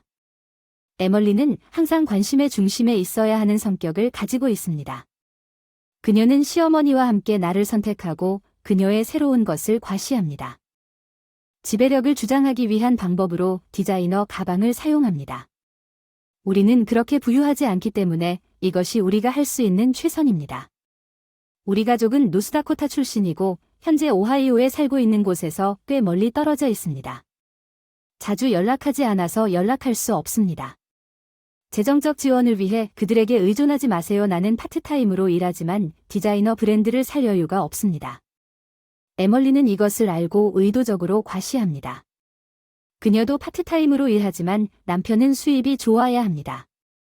그럴 수가 없어요. 잘 알려지지 않은 브랜드를 입거나 가지고 다닙니다. 오늘 내 옷의 총 가격은 약 $20,000 정도일 것입니다. 에밀리의 아이들은 상점에서 구입한 일반 옷을 입었기 때문에 스스로 옷을 입을 수만 있다면 만족하는 것 같았습니다. 나는 돈을 들여 만드는 편이 낫습니다. 리사는 나 자신보다 행복하다 생각하는 방식의 차이가 크다. 시어머니와 에밀리의 행동에 지쳤어요. 리사는 그들에 대해 좋은 인상을 받지 못한 것 같아요. 리사는 자기 방에서 비디오를 보고 있어요. 있을 때마다 숨어 있다고 하는데 아직 어린 딸이 어른들의 말다툼을 해야 하는 게 안타깝다. 둘 다 늘 할 말이 있지 않나? 옛날부터 늘 그랬다는 게 미안하다. 둘 다 기억한다. 아빠와 나는 당신 편이에요. 메리. 특히 시아버지는 에밀리의 지배력을 주장하는 경향을 높이 평가한 적이 없는 것 같습니다. 그는 문제가 있을 때마다 개입하여 중재했습니다. 켄도 어린 시절에 대한 좋은 기억이 없었습니다. 에멀리는 자신이 가장 좋아하는 과자를 먹는 방법을 자주 회상하면서 둘 다 자랐고 켄이 이사한 이후로 집에 거의 방문하지 않았기 때문에 최근까지 나와 결혼한 후 그들의 상호작용은 최소화되었습니다. 켄은 부모님이 손녀를 볼 수 있도록 방문했을 때만 방문했습니다. 에멀리에게는 그러나 리서와 에멀리의 아이들은 잘 지내고 있습니다. 켄과 시아버지 에멀리의 지원으로 성인 문제로 아이들을 분리하는 것은 불공평합니다. 다행히 그녀는 그것을 들고 우리 집에 오지 않았습니다. 1년에 몇 번씩 모든 일을 감당할 수 있게 만들었죠. 리서가 자라면서 인내심이 줄어들 것이라고 생각합니다. 괜찮습니다. 어느 날 마을에 크리스마스 불빛이 반짝거리기 시작했을 때 우리는 초대를 받았습니다. 켄과 나 자신도 안심했습니다. 시아버지가 초대한 크리스마스 파티에 리사 에밀리는 그의 도움을 받아 조직하는 것 같았습니다. 물론 리사는 가고 싶었습니다. 그녀는 13살밖에 안 되어서 혼자 2시간 동안 여행하는데 익숙하지 않습니다. 시댁에 가는 기차는 일요일이었고 켄과 저는 둘 다 퇴근 중이었습니다. 우리는 리서를 크리스마스 파티에 데려가기로 결정했습니다. 선물 교환은 흔한 일입니다. 우리는 사치스러운 것을 감당할 수 없었지만 이 말을 듣고 선물을 준비하기로 결정했습니다. 에밀리는 초대장과 함께 자신의 선물 목록을 대담하게 지정했습니다. 도착한 선물 목록을 확인해보니 명품 브랜드 목걸이, 화장품 등 어린이용 품목은 거의 $1,000를 초과하지 않았습니다. 그녀는 어린이 선물 교환에 대해 어떻게 생각하고 있었습니까? 에밀리의 아이들은 본 적이 없습니다. 브랜드 아이템의 경우 이것은 목록을 무시하는 아이들보다 자신을 위한 위시리스트처럼 보였습니다. 우리는 리서가 옵션이 늘어날 때마다 여러 번 쇼핑을 가면서 결정할 수 없었던 선물을 선택하게 했고 결국 그녀는 기뻐해 보였고 귀걸이를 선택했습니다. 그리고 총 $60 정도의 지옥의 리서는 파티 날짜를 열성적으로 세웠습니다. 그것은 특별한 날이었고 우리는 마침내 도착한 날 어떤 문제도 피하기로 결심했습니다. 에멀리의 아이들은 크리스마스 같은 호화로운 케이크와 로스트를 장식하기 위해 전날부터 머물렀습니다. 치킨은 셰프였던 장인어른이 손수 만든 것 같은데 어른들은 아이들이 즐겁게 놀 수 있도록 방에 너무 모이지 않기로 했어요. 시댁집은 작은 방 옆에 거실이 있는 구조로 되어 있었어요. 뒤쪽 방은 켄의 어린 시절 방이었고 아이들은 거실에서 크리스마스 파티를 하고 있었고 어른들은 작은 방에서 술을 마시고 있었습니다. 에멀리의 남편은 바쁜 업무 일정으로 인해 참석할 수 없었습니다. 어른들이 가벼운 대화를 나누는 동안 즐거운 소리가 가득한 거실 에밀리는 아마도 나를 마주하고 싶지 않았을 것입니다. 호화로운 식사가 있을 때 그녀는 방에 있었지만 이제는 내가 볼 때 괜찮았던 그녀는 어디에도 없습니다. 파티가 거의 끝나가고 있어서 그녀와 마주하고 싶지도 않았어요. 선물 교환 시간이 되었어요. 내 선물을 받아주세요. 리서가 에멀리의 딸에게 양손으로 선물을 내밀며 선물을 기쁘게 받아들인 것 같다고 말했습니다. 에멀리는 특정 대통령을 주장한 유일한 사람이었고 그녀의 딸은 결국 관여하지 않았습니다. 그것은 실제 아이들이 선택하도록 하는 아이들을 위한 선물이었습니다. 올바른 결정은 음악이 연주되는 전통적인 방식으로 교환이 이루어졌습니다. 선물을 가진 사람이 멈췄어요. 에밀리의 딸들은 교환을 즐기는 것 같았지만 선물이 부족해서 1인당 하나의 선물을 준비해야 해서 어리둥절했습니다. 나는 사라진 선물을 찾으러 줄에 묶여 바닥에 반쯤 먹은 간식이 어질러져 있었고 장난감 사라진 선물이 어디선가 뒤섞여 있었나 봐요. 아무리 찾아봐도 선물이 하나도 없었어요. 실수로 버렸을지도 모르죠. 그러다가 리사 에밀리가 시작하는 것을 보고 갑자기 시야에서 사라졌던 에밀리가 거실로 들어왔습니다. 너처럼 가난한 사람들을 위한 선물은 없다고 소리치고 그냥 집으로 돌아가라. 우리는 그녀가 말하는 것을 이해할 수 없었다. 에밀리는 중얼거렸다. 지금까지 모든 것에 대해 불만을 토로하고 있었다. 분명히 그녀는 리사에게 줄 선물을 숨겼던 것 같다. 그녀는 옆방에 있었을 것이다. 아마도 마지막 순간에 선물을 숨기러 갔다. 에밀리는 리사가 딸의 손에서 준비한 선물을 살펴보다가 그것을 빼앗아 바닥에 던졌다. 이렇게 보잘것없는 것은 선물이 될 수 없다. 이런 것을 주는 사람은 가족이 아니다. 집에 가세요. 에밀리는 선물이 바닥에 자신이 지정한 브랜드 제품이 아니라서 화가 난 것 같았습니다. 리사가 신중하게 고른 귀걸이는 흩어져 있었고 다른 아이들은 그것을 주워들고 있었지만 리사는 무슨 일이 일어나고 있는지 이해할 수 없는 겨울왕국 같았습니다. 눈물이 나기 시작했습니다. 13살 때 상황을 이해하기 시작한 그녀의 눈을 바라보며 에밀리가 의기양양한 표정을 짓고 울부짖는 것은 이해가 된다. 시어머니는 방에 늦게 들어와 울고 있는 리사 에밀리를 비웃었다. 상황은 오래가지 못했는데 에밀리는 평소에 시아버지를 떠나야 할 사람이 더 온화한 남자가 옆방에서 달려들어 리사의 눈물을 닦으며 에밀리에게 소리를 지르기 시작했다. 나는 본 적이 없다. 화를 내거나 짜증을 내면서도 이제는 에밀리를 맹렬히 꾸짖고 에밀리와 함께 놀리던 시어머니까지 침묵을 지켰습니다. 아버지, 듣고 계시나요? 아버지라고 생각했던 아이들과 함께 선물을 찾고 있던 사람은 나뿐이었습니다. 술을 잘 못 마시는 시어머니는 아무것도 보지 못했지만 그와 켄은 모든 것을 목격했다.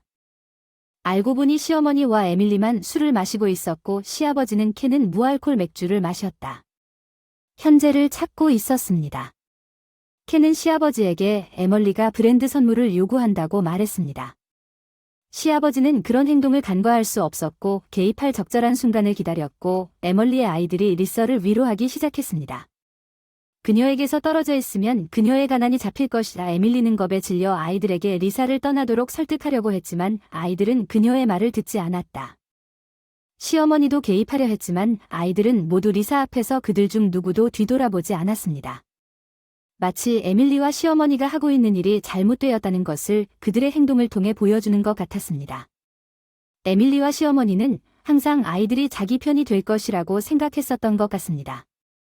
그런데 아이들 반응이 AB를 다시 가져가 버렸어요. 언제까지 명품만 땡길 건가요? 이제 주부인데 시아버지가 아이들을 다른 방으로 옮기시고 과거 이야기를 해주셔서 깜짝 놀랐어요. 분명히 에밀리는 항상 과소비하는 습관이 있어서 대학의 호스티스 클럽에서 일하기 시작했습니다. 더 많은 돈을 쓰기를 원했기 때문에 급여는 슈퍼마켓에서 일하는 것보다 훨씬 높았습니다.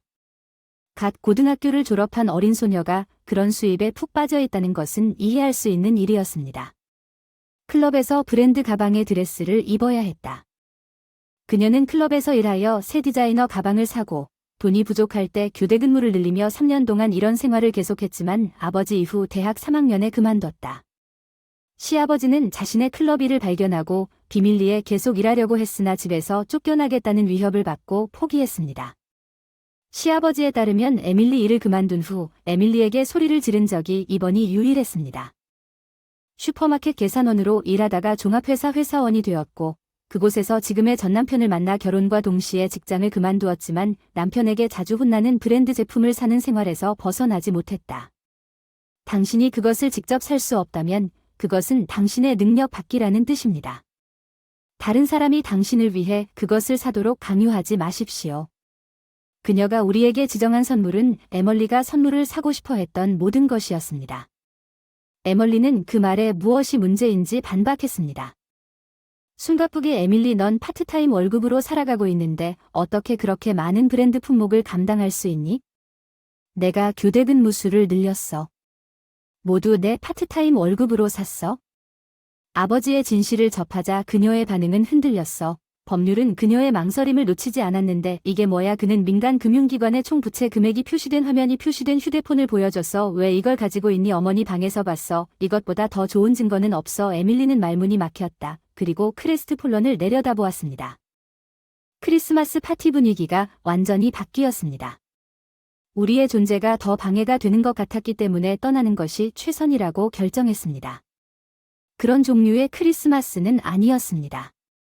우리가 리서가 가장 좋아하는 인형을 샀다는 것을 아이들이 기억하기를 바랐습니다. 3개월 후 시아버지께서 저에게 에밀리가 이혼했다고 알려주셨고 전 남편은 시아버지를 통해 빚에 대해 알게 되었지만 그 빚에 대해 전혀 몰랐습니다. 철저한 조사를 해보니 에밀리는 자녀 교육보험을 해지하고 그 돈을 전 남편이 명품 사는 데에 다 썼다. 전 남편은 이를 용서하지 못하고 이혼을 선택했다. 에밀리는 시어머니와 함께 전 남편의 가족과 대면했다. 그러나 그것은 역효과를 냈고 그 크리스마스 이후 아이들도 에멀리와 거리를 두게 되었습니다. 다행스럽게도 그들은 모두 15살이 넘었고 아버지와 함께 살기로 결정했습니다. 에멀리는 이제 그녀가 뒤에 있는 전 남편으로부터 위자료와 자녀 양육비에 대해 고소를 당하고 있습니다. 지불금은 다행히 전 남편이 꾸준한 수입을 가지고 있어서 아이들이 경제적으로 어려움을 겪고 있지는 않습니다. 그러나 홀아버지로서 세 자녀를 혼자 키우는 것은 특히 그가 일로 인해 집을 떠나 있는 경우가 많아 참석할 수 없었기 때문에 어려운 일이었습니다. 크리스마스 파티 어쩌면 모두의 공부를 도울 수 있을 것 같아요. 저는 현재 직장에서 온라인 교육을 연구하고 있으니 이것이 절호의 기회가 될 수 있을 것 같습니다. 켄은 항상 아이들을 사랑했고 아이들도 그를 좋아했습니다. 그는 시댁에 있을 때 종종 아이들을 가르치는데 도움을 주었습니다. 특히 그는 아버지의 공식적인 요청에 따라 리서를 옹호했기 때문에 켄은 이혼한 지 반년이 지났음에도 가끔 온라인으로 아이들의 학습을 감독하기 시작했습니다. 나는 여전히 에멀리로부터 씁쓸한 메시지를 받습니다. 내가 키운 아이들은 정말 배은망덕한 딸들이었습니다. 그들은 분명히 이 이혼을 후회할 것입니다. 이혼 후 에밀리는 터무니없는 일입니다. 그 이후로 시어머니는 변덕스러운 성격에도 불구하고 한결같이 그녀를 부양해 오셨습니다. 시아버지는 시어머니의 행동에 대해 의심하기 시작했습니다. 에밀리를 자주 꾸짖곤 하던 그녀는 이제는 자신이 한 모든 일을 긍정하고 있습니다. 법무부는 시어머니 조사를 시작했는데 결정적인 증거를 발견하고 확인을 요청해서 오랜만에 시댁을 다시 방문했는데 켄과 저는 시어머니 집과 거리를 두고 있었는데 그럴 필요가 없었습니다. 시아버지께서 정기적으로 우리 집에 오셨기 때문에 우리가 도착했을 때 그들은 항상 같은 시간에 쇼핑을 하러 갔습니다. 그들은 한때 크리스마스 파티를 위해 화려하게 장식된 거실에서 막 나왔고 이제는 나와 함께 우울한 느낌을 받았습니다. 모든 것을 살펴보던 시아버지의 요리가 시작되었습니다. 시아버지 이름으로 빚이 있다는 문서를 발견했습니다. 우리가 모든 일을 마쳤는데 시아버지가 이런 빚을 졌다는 것은 말이 되지 않습니다. 현관문이 열리는 소리가 들렸다. 우리 신발을 본 게 틀림없어. 에밀리와 시어머니가 당황해서 방으로 뛰어들어왔다. 너희들은 왜 여기서 헐떡이는 거지? 에밀리가 에밀리에게 맞섰다. 이게 뭐야? 아버지에게 그런 빚을 졌던 기억이 없다. 법률은 켄을 에멀리와 침착하게 분리하고 에멀리가 더 이상 자신의 이름으로 빌릴 수 없었기 때문에 그의 이름으로 인출된 부채에 대한 세부사항이 담긴 서류를 그녀에게 제시했습니다. 이것은 에멀리뿐만 아니라 엄마의 이름으로 된 것이 아닙니다. 시어머니는 빚이 있었는데 시어머니는 은퇴를 위해 저축한 돈을 에밀리와 함께 아낌없이 썼다. 취미로 저축하는 검소한 남자로 1년에 약 120만 달러를 모았다. 회사원 생활을 마치고 평안히 퇴직했지만 3년 동안 다 써버리고 계속해서 빚이 쌓여 총 146만 정도가 됐는데 양육비를 내지 못하는 스트레스가 쌓이는 건 어쩔 수 없었죠. 모든 잘못은 이혼한 남자의 탓으로 돌리지 말고 욕망을 통제하지 못한 것은 너희 둘의 책임이다. 에밀리와 시어머니는 계속해서 전 남편의 딸을 시아버지라고 비난하면서 불쌍한 변명을 계속했다.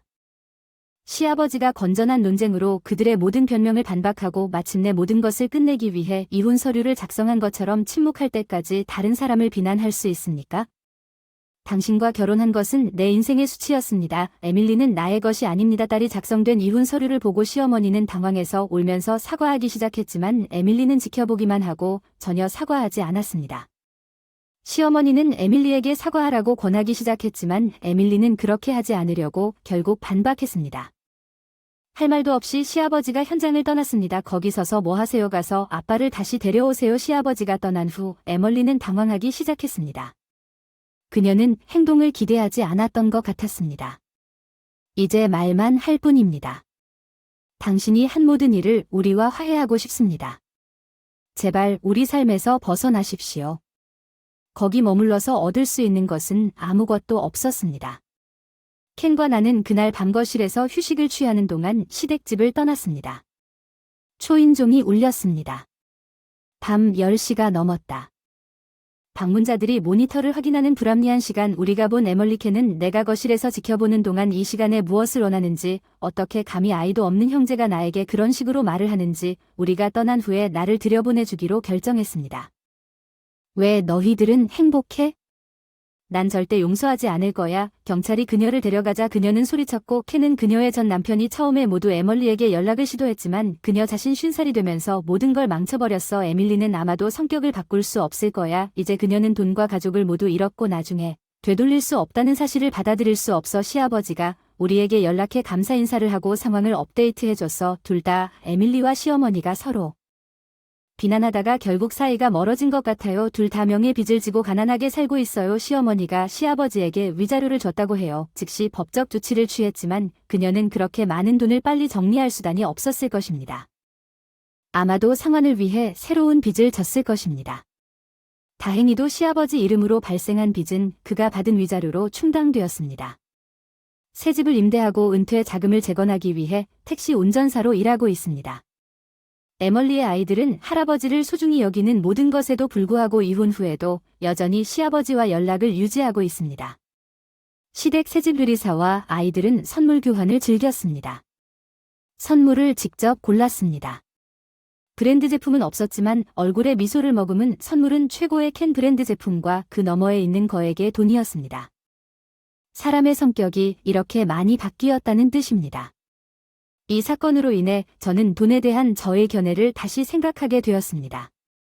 리서는 여전히 에멀리의 아이들과 친합니다. 저는 그들이 어머니의 발자취를 따르지 않기를 바라면서 조용히 지켜보고 있습니다. 제 이름은 세러 존즈입니다. 저는 결혼한 지 3년이 되었고 직장을 그만둔 적이 없습니다.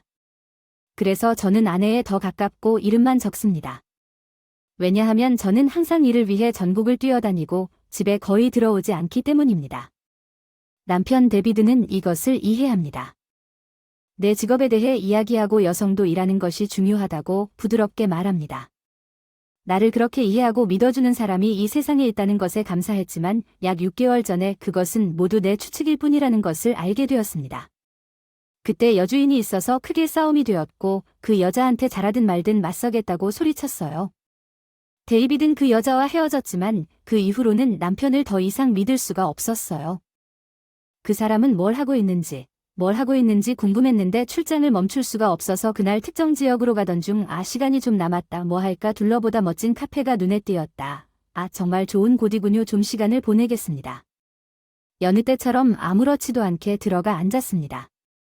카페는 그리 붐비지 않았고 손님도 몇 명뿐이었습니다. 테이블 건너편에 손을 잡고 있는 커플이 눈에 들어왔습니다. 함께 너무 행복해 보였습니다. 그런데 그 남자 데이빗이 뭐야 데이빗이 왜 여기 있는 거지 오늘 집에 있어야 하는데 바람피우기라는 단어가 떠올라서 내가 일하는 동안 그 사람이 또 바람피우고 있다는 거야. 카페에서 기분 좋은 볼륨으로 음악을 틀고 있었어. 그리고 난 손님이 많지 않아서 대화를 들을 수 있었는데 데이빗과 그 여자 목소리에만 집중해서 영상을 찍기 시작했는데 데이빗한테 말도 안 되는 소리를 들었어요. 결혼하자. 그런데 아내는 어쩌고 그 여자가 알면 이혼할게요. 우리 속에 6개월 전에 그녀는 경로했어요. 그제서야 깨달았어요. 내가 진심으로 사랑하는 사람은 에밀리 뿐이에요. 정말 당신은 나와 결혼할 거예요. 예, 앞으로도 항상 당신과 함께 있을 거예요. 그는 테이블 위에 반지 상자를 놓았습니다. 여기 있는 동안 무슨 프로포즈를 했는지 충격과 서운함과 동시에 녹음을 중단하고 주문을 취소하고 카페를 나갔기 때문에 지금까지의 일은 다 날 속이기 위한 것뿐이었어. 알겠어. 이제 행복해지라고 속삭였지. 골목에 들어서자 30대 여성이 서 있는 게 이상했을 텐데 눈물이 멈추지 않았다. 사랑이라고 생각했던 모든 것이 그 이후로 무너지고 있다는 걸 깨닫고 불필요한 사람이 된 기분이었다. 불륜이 밝혀진 지 6개월 됐는데 모든 게 무너진 것 같았어요. 남편이 떨어져 있어도 계속 연락하는 걸 늘 지켜보고 있었어요. 남편이 답장을 안 하면 불안해서 출장도 취소하고 싶었는데 그때는 데이빗이었죠. 여주인과 헤어진다고 했지. 정말 헤어졌어. 응 진짜야. 봐봐. 연락처에서도 삭제해서 확인해보니 여자 이름이 없어져서 안도가 되었는데 갑자기 그 사람이 변했을지도 모른다는 생각이 들었어. 이름이랑 프로필 사진 아니면 스마트폰을 하나 더 살 수도 있었을 텐데 그 이후에도 계속 출장을 가더라고요. 그 시간 동안 남편과 계속 연락을 했었는데 그게 남편이 혼자인 건 아니었지만 그 말을 믿으려고 노력했어요. 그는 나에게 자신이 다시는 바람을 피우지 않을 것이라고 주장하면서 사진을 보냈습니다. 결국 그는 나를 커리어 우먼으로 사랑한다고 말했기 때문에 나는 직장을 그만두지 않고 여기까지 왔습니다. 계속 혼잣말을 했지만 다 데이빗의 짓이었을까? 그들은 헤어졌다고 주장하면서 그들은 헤어지지 않았다고 주장했고 그들의 분류는 더욱 악화되었습니다. 그들은 나의 출장을 이용하여 낭만적인 휴가를 갔다고 나는 믿을 수 없는 현실에 망연자실했습니다. 이런 대우를 받으면서 6개월 동안 내가 그를 여전히 사랑하는지조차 확신할 수 없었습니다. 우리가 결혼했다는 사실을 계속해서 상기시켰습니다. 이렇게 생각하는 건 단 한 사람뿐이야. 그게 얼마나 어리석은 일이었는지 어쩌면 그 여자를 그토록 사랑했다면 그 사람의 행복을 위해 깔끔하게 끝내는 게 나을지도 모르지 어쩌면 내 마음속에 떠오른 생각은 한 발 물러나는 게 더 쉬울지도 몰라 나도 아마 심정을 정리하려고 아까 녹화한 영상을 틀었는데 여자의 행복한 얼굴과 남편의 즐거운 표정 감동적인 손과 반지 상자 몇 번을 들어도 결혼하자 남편의 말 분명히 그는 나를 떠난다며 그녀의 손을 잡고 사랑을 표현했고 앞으로도 항상 너와 함께 있을 거라고 그 말은 변함없었지만 녹음된 말은 그대로였지만 들을수록 내 마음은 더 커졌다. 행복을 빌던 숙이 바뀌었지. 배신당한 내가 왜 조용히 물러나야 하나. 이게 어이가 없구나. 내 마음은 걷잡을 수 없는 분노로 바뀌었고 남편을 향한 짜증과 미움이 커져갔다. 이대로 끝낼 수는 없었다. 헤어지면 전화라도 할 줄 알았는데 그 사람 먼저 지옥으로 끌고 갈 줄 알았는데 약속대로 티켓 확보해서 일 끝내고 다음날 지친 몸으로 소파에 누워 집에 돌아왔어. 아무도 들어오지 말아야 할 현관문이 열렸다. 본능적으로 자리에 앉아 무슨 일이라도 할 준비를 하고 남편이 서둘러 들어왔다. 웰컴. 이렇게 큰 가방을 들고 돌아온 걸 어디 갔나 보니까 여행 간 것 같은데 어제까지 무슨 일이 있었나. 그 영상을 시댁에 보냈더니 영상에 대한 왈가왈부 때문이겠지. 내가 보낸 걸 알고 급히 돌아갔을 텐데 모른 척 당황한 남편의 얼굴이 보고 싶었다. 그 사람이 나를 속이기 위해 여러 장을 찍기 전에 비슷한 사진을 받았고 그 사진들에 안심이 되었어요. 꽤 일찍 돌아왔군요. 내일을 일찍 끝냈어요. 보통 일주일 정도 걸립니다. 걱정돼서 돌아왔습니다. 이번 여행은 원래 순조롭게 갈 예정이었는데 다른 곳도 가볼 생각이었는데 그 바람 피우는 장면 좀 안 보였으면 좀 속상해 보였을 텐데 부모님이 무슨 말씀을 하신 건지 그걸 어떻게 아냐 아니 그 영상 그거 잘 녹화된 거 그거 그 카페 아니냐 그냥 쉬려고 그 카페 골랐는데 거기 네가 떠났다고 하는 여주인이랑 같이 있었잖아. 우리 부모님이 날 잘 혼냈지. 그건가 예의가 있으면 당연하지. 불공평하다. 뭐가 불공평한데 영상을 보냈는데 내가 내 제안을 방해한 게 아니었어? 내 여자친구의 행복한 얼굴을 뺨을 때리지도 않았어. 한 번에 한 번 있었던 일이었다고 감사해야 해. 평생 프로포즈 맞죠? 그 카페에서 프로포즈를 하게 될 줄은 상상도 못했어요. 특히 애인과 로맨틱한 휴가를 보내는 도중이 아닌 이상 모든 것이 노출됐죠. 네, 그런 장면을 보면 뻔해요. 그렇다면 해야죠. 더 오래 있다가 급하게 돌아온 게 아깝다. 믿을 수 없을 정도로 남편이 반항하고 사과했다. 정말 그렇게까지 화나게 하려던 걸까? 그 여자는 6개월 전에 헤어졌다고 했던 그 여자 맞다. 그래? 맞아. 그래서 그 사람과 헤어지지 않았구나. 아니 맞아. 기본적으로는 다 거짓말이었어. 그래, 거짓말이었어. 악마처럼 나를 노려보는 널 본 그 얼굴이 너를 향한 사랑을 잃게 만들었으니 내 마음을 이해했다면 그건 내 잘못이야. 더군다나 나는 속이지 않았을 텐데 대화가 필요하다고 생각하지 않나요? 당신은 결코 당신의 감정을 표현하지 않았고 지금 당신은 나를 비난하고 있습니다. 그것은 비난하는 것이 아닙니다. 나는 단지 당신이 나를 이해했으면 좋겠지만 당신은 내가 좋아한다고 말했습니다. 커리어우먼 넌 내가 일 계속하길 바라서 그랬어. 그렇게까지 일 때문에 자리를 비울 줄은 몰랐어. 외로워서 어린애 변명처럼 들리는 다른 여자에게 마음이 흩어져서 자기 책임도 무시하고 뭐든지 말해. 그러니까 그 사람이랑 결혼할 거야. 그래, 난 그 사람과 다시 시작하고 싶으니까 이혼하자. 넌 내 감정에 대한 이해를 요구하면서 내 감정을 전혀 고려하지 않았어. 웃긴다. 내가 얼마나 이기적인지 원한다면 웃어보고 싶어. 이혼. 알다시피 내가 이혼하기로 동의하지 않으면 다른 사람에게 청혼하기 전에 이혼해야 합니다. 당신이 준비한 반지에 대한 당신의 제안은 헛될 것입니다. 일본에서는 일부 다처제가 허용되지 않습니다. 내가 속였다는 것을 알고 있습니다. 당신은 이혼할 것입니다. 맞아요. 이미 이혼하기로 결정했어요. 상호 동의가 필요해요. 당신만이 결정하든지 아니면 그녀가 당신의 청혼을 받아들이지 않을 경우를 대비해 이혼을 연기했든 상관없어요. 그래서 이 결혼은 당신을 위한 보험과 같아요. 제 남편은 침묵했어요. 그 후 우리 사이에는 아무런 결론도 내리지 못한 채 침묵의 순간이 흘렀지만 그 사람은 확고히 이혼할 생각이 있는 것 같았어요. 그는 최악이었어요. 그는 항상 이렇게 끔찍한 벌금을 내거든요. 당신에게 이혼을 해줄 테니 그 대가로 이 집을 잘 지킬게요. 나가서 일어서서 방금 사무실에서 받은 이혼 서류를 꺼내서 서명하기 시작했어요. 나를 지켜보면서 남편이 안도했다는 걸 알았어요. 여기 다 쓰고 나면 서명하세요. 내가 사무실에 제출할게요. 그냥 받아들이고 안 제출할 생각은 없지. 당연히 아니지. 이 어처구니 없는 상황을 필요 이상으로 끌고 싶지 않으니 걱정하지 마세요. 남편이 떠난 후 약속대로 부모님 집에 가서 가져갔습니다. 승인란을 작성하고 서류를 사무실에 제출했다. 남편이 약 2주 뒤에 전 남편 데이비드가 신나서 전화했어요. 오늘 결혼했어요. 고맙습니다. 이제 그 사람이 제 아내가 되어서 안타깝지만 이게 제 행복이에요. 너무 축하해요. 꿈 같네요. 결혼식은 어떻게요? 글쎄요. 아주 겸손한 그녀는 결혼식은 필요 없다고 했고 빨리 내 아내가 되고 싶어서 사진만 몇 장 찍었는데 그게 진짜. 지금 어디 사세요? 우리는 아직 별거 중인데 결혼하고 나서 왜 따로 살겠어요? 결혼하면 바로 동거할 줄 알았는데 나도 그러길 바랐는데 그 사람이 기다려 달라고 해서 자기 아파트를 우리 커플이 살기에 적합하게 청소하고 싶다고 했어. 우리가 그 아파트에서 살겠다는 게 무슨 말이야? 그 사람 지금 살고 있는데 꽤 넓지만 지금은 엉망이야. 그 사람은 먼저 정리하고 싶어. 내가 도와주겠다고 했는데 새 집을 직접 꾸미고 싶어. 그 사람 정말 성실한데 지금 주간 아파트에서 그게 어디 있다고 말하는 거야?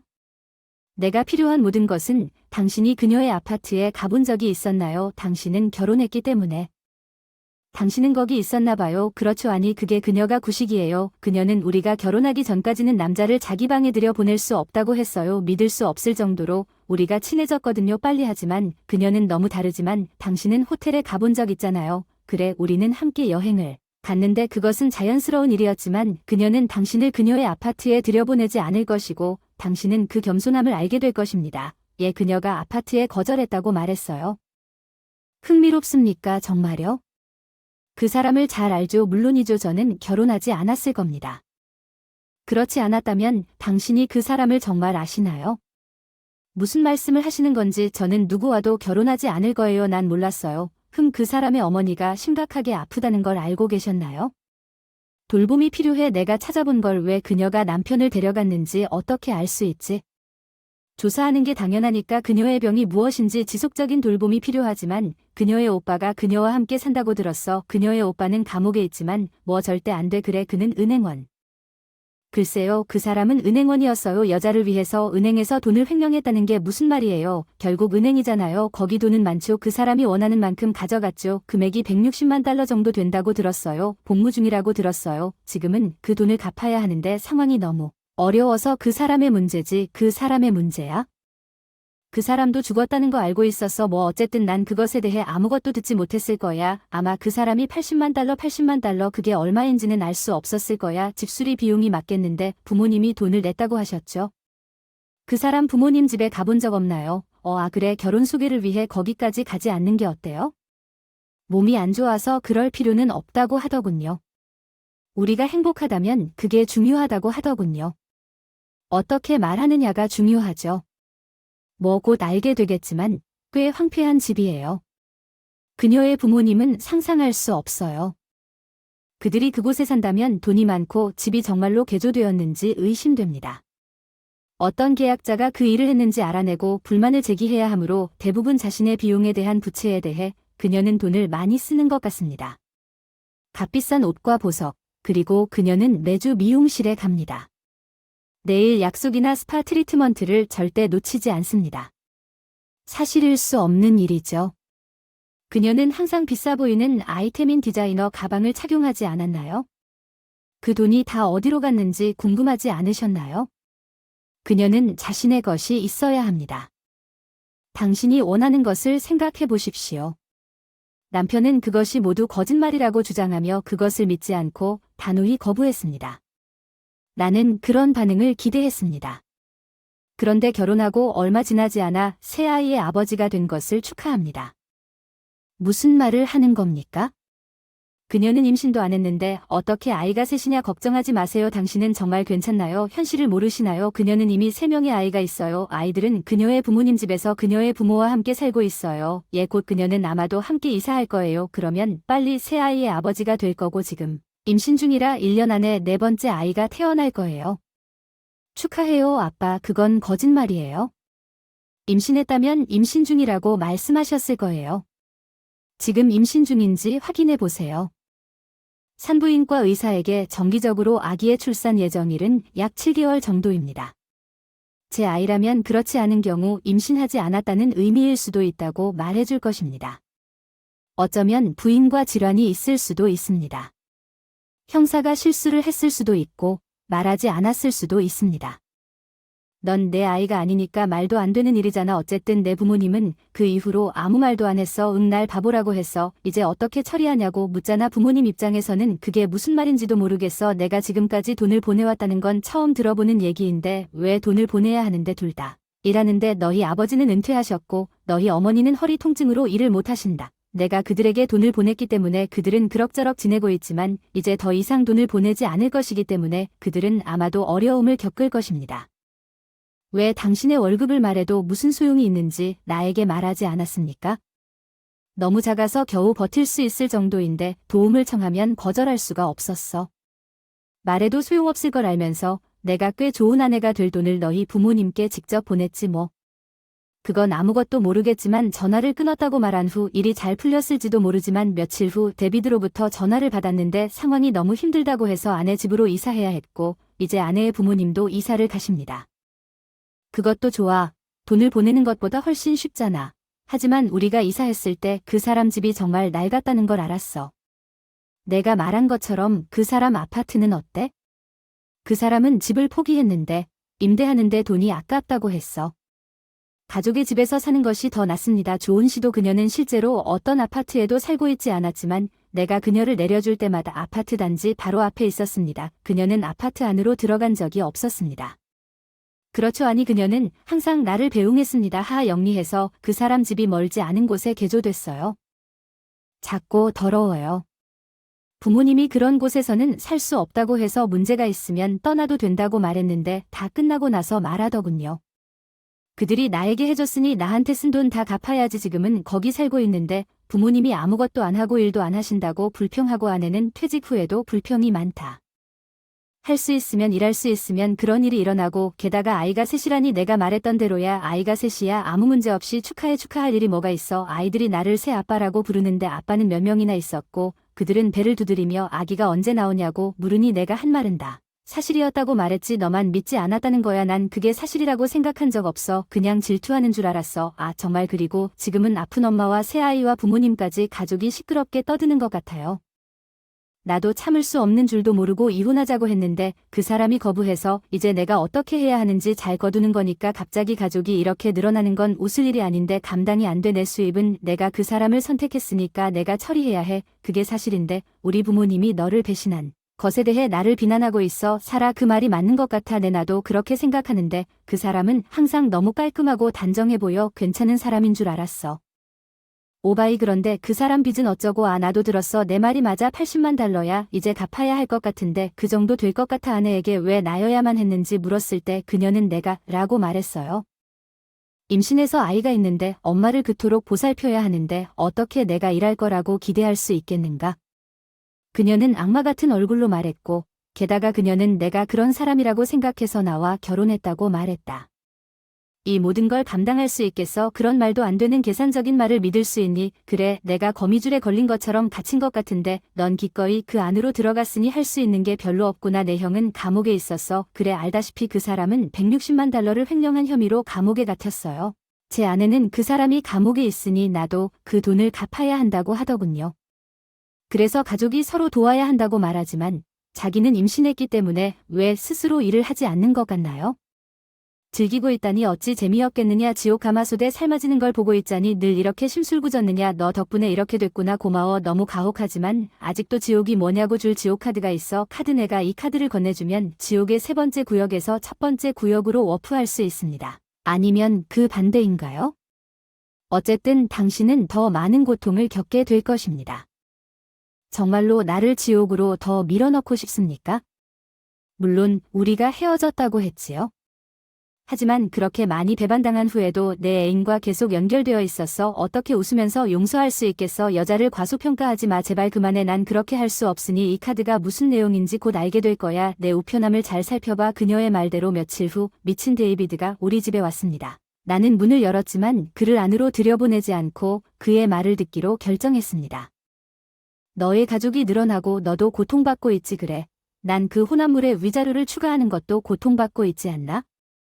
그냥 괴로움을 최악으로 만들어줘. 그래, 난 괴로워. 그 괴로움을 내게 주고 싶었어. 넌 악마야. 내가 날 이렇게 만들었어. 데이빗 한꺼번에 다 내라고. 농담이야. 난 그런 돈 없어. 그럼 빌려줘. 내 형이 $160만 횡령했고 내 아내가 $80만 횡령했는데 이 위자료는 양동이에 떨어뜨린 한 방울에 불과해. 마치 탄 냄비에 물 한 방울을 더한 것이나 마찬가지야. 망했어. 그래, 넌 날 과소평가했어. 용서해줘. 제발 이런 일은 없었던 척하자. 내가 이겼어. 농담하냐. 제발 더 이상 괴롭히지 마. 너 스스로가 만든 거야. 왜 이렇게 날 괴롭히는 걸 즐기니? 재밌어. 나를 지옥에 빠뜨린 놈을 직접 지옥에 넣는 거야. 더 즐거울 일 없겠니? 남편이 내 앞에서 다른 여자에게 프러포즈하는 모습을 본 기분이 어떨지 상상도 못했어요. 당신은 옳지 않아요. 그건 지옥이니까요. 그래서 난 당신을 지옥에 넣기로 결정했습니다.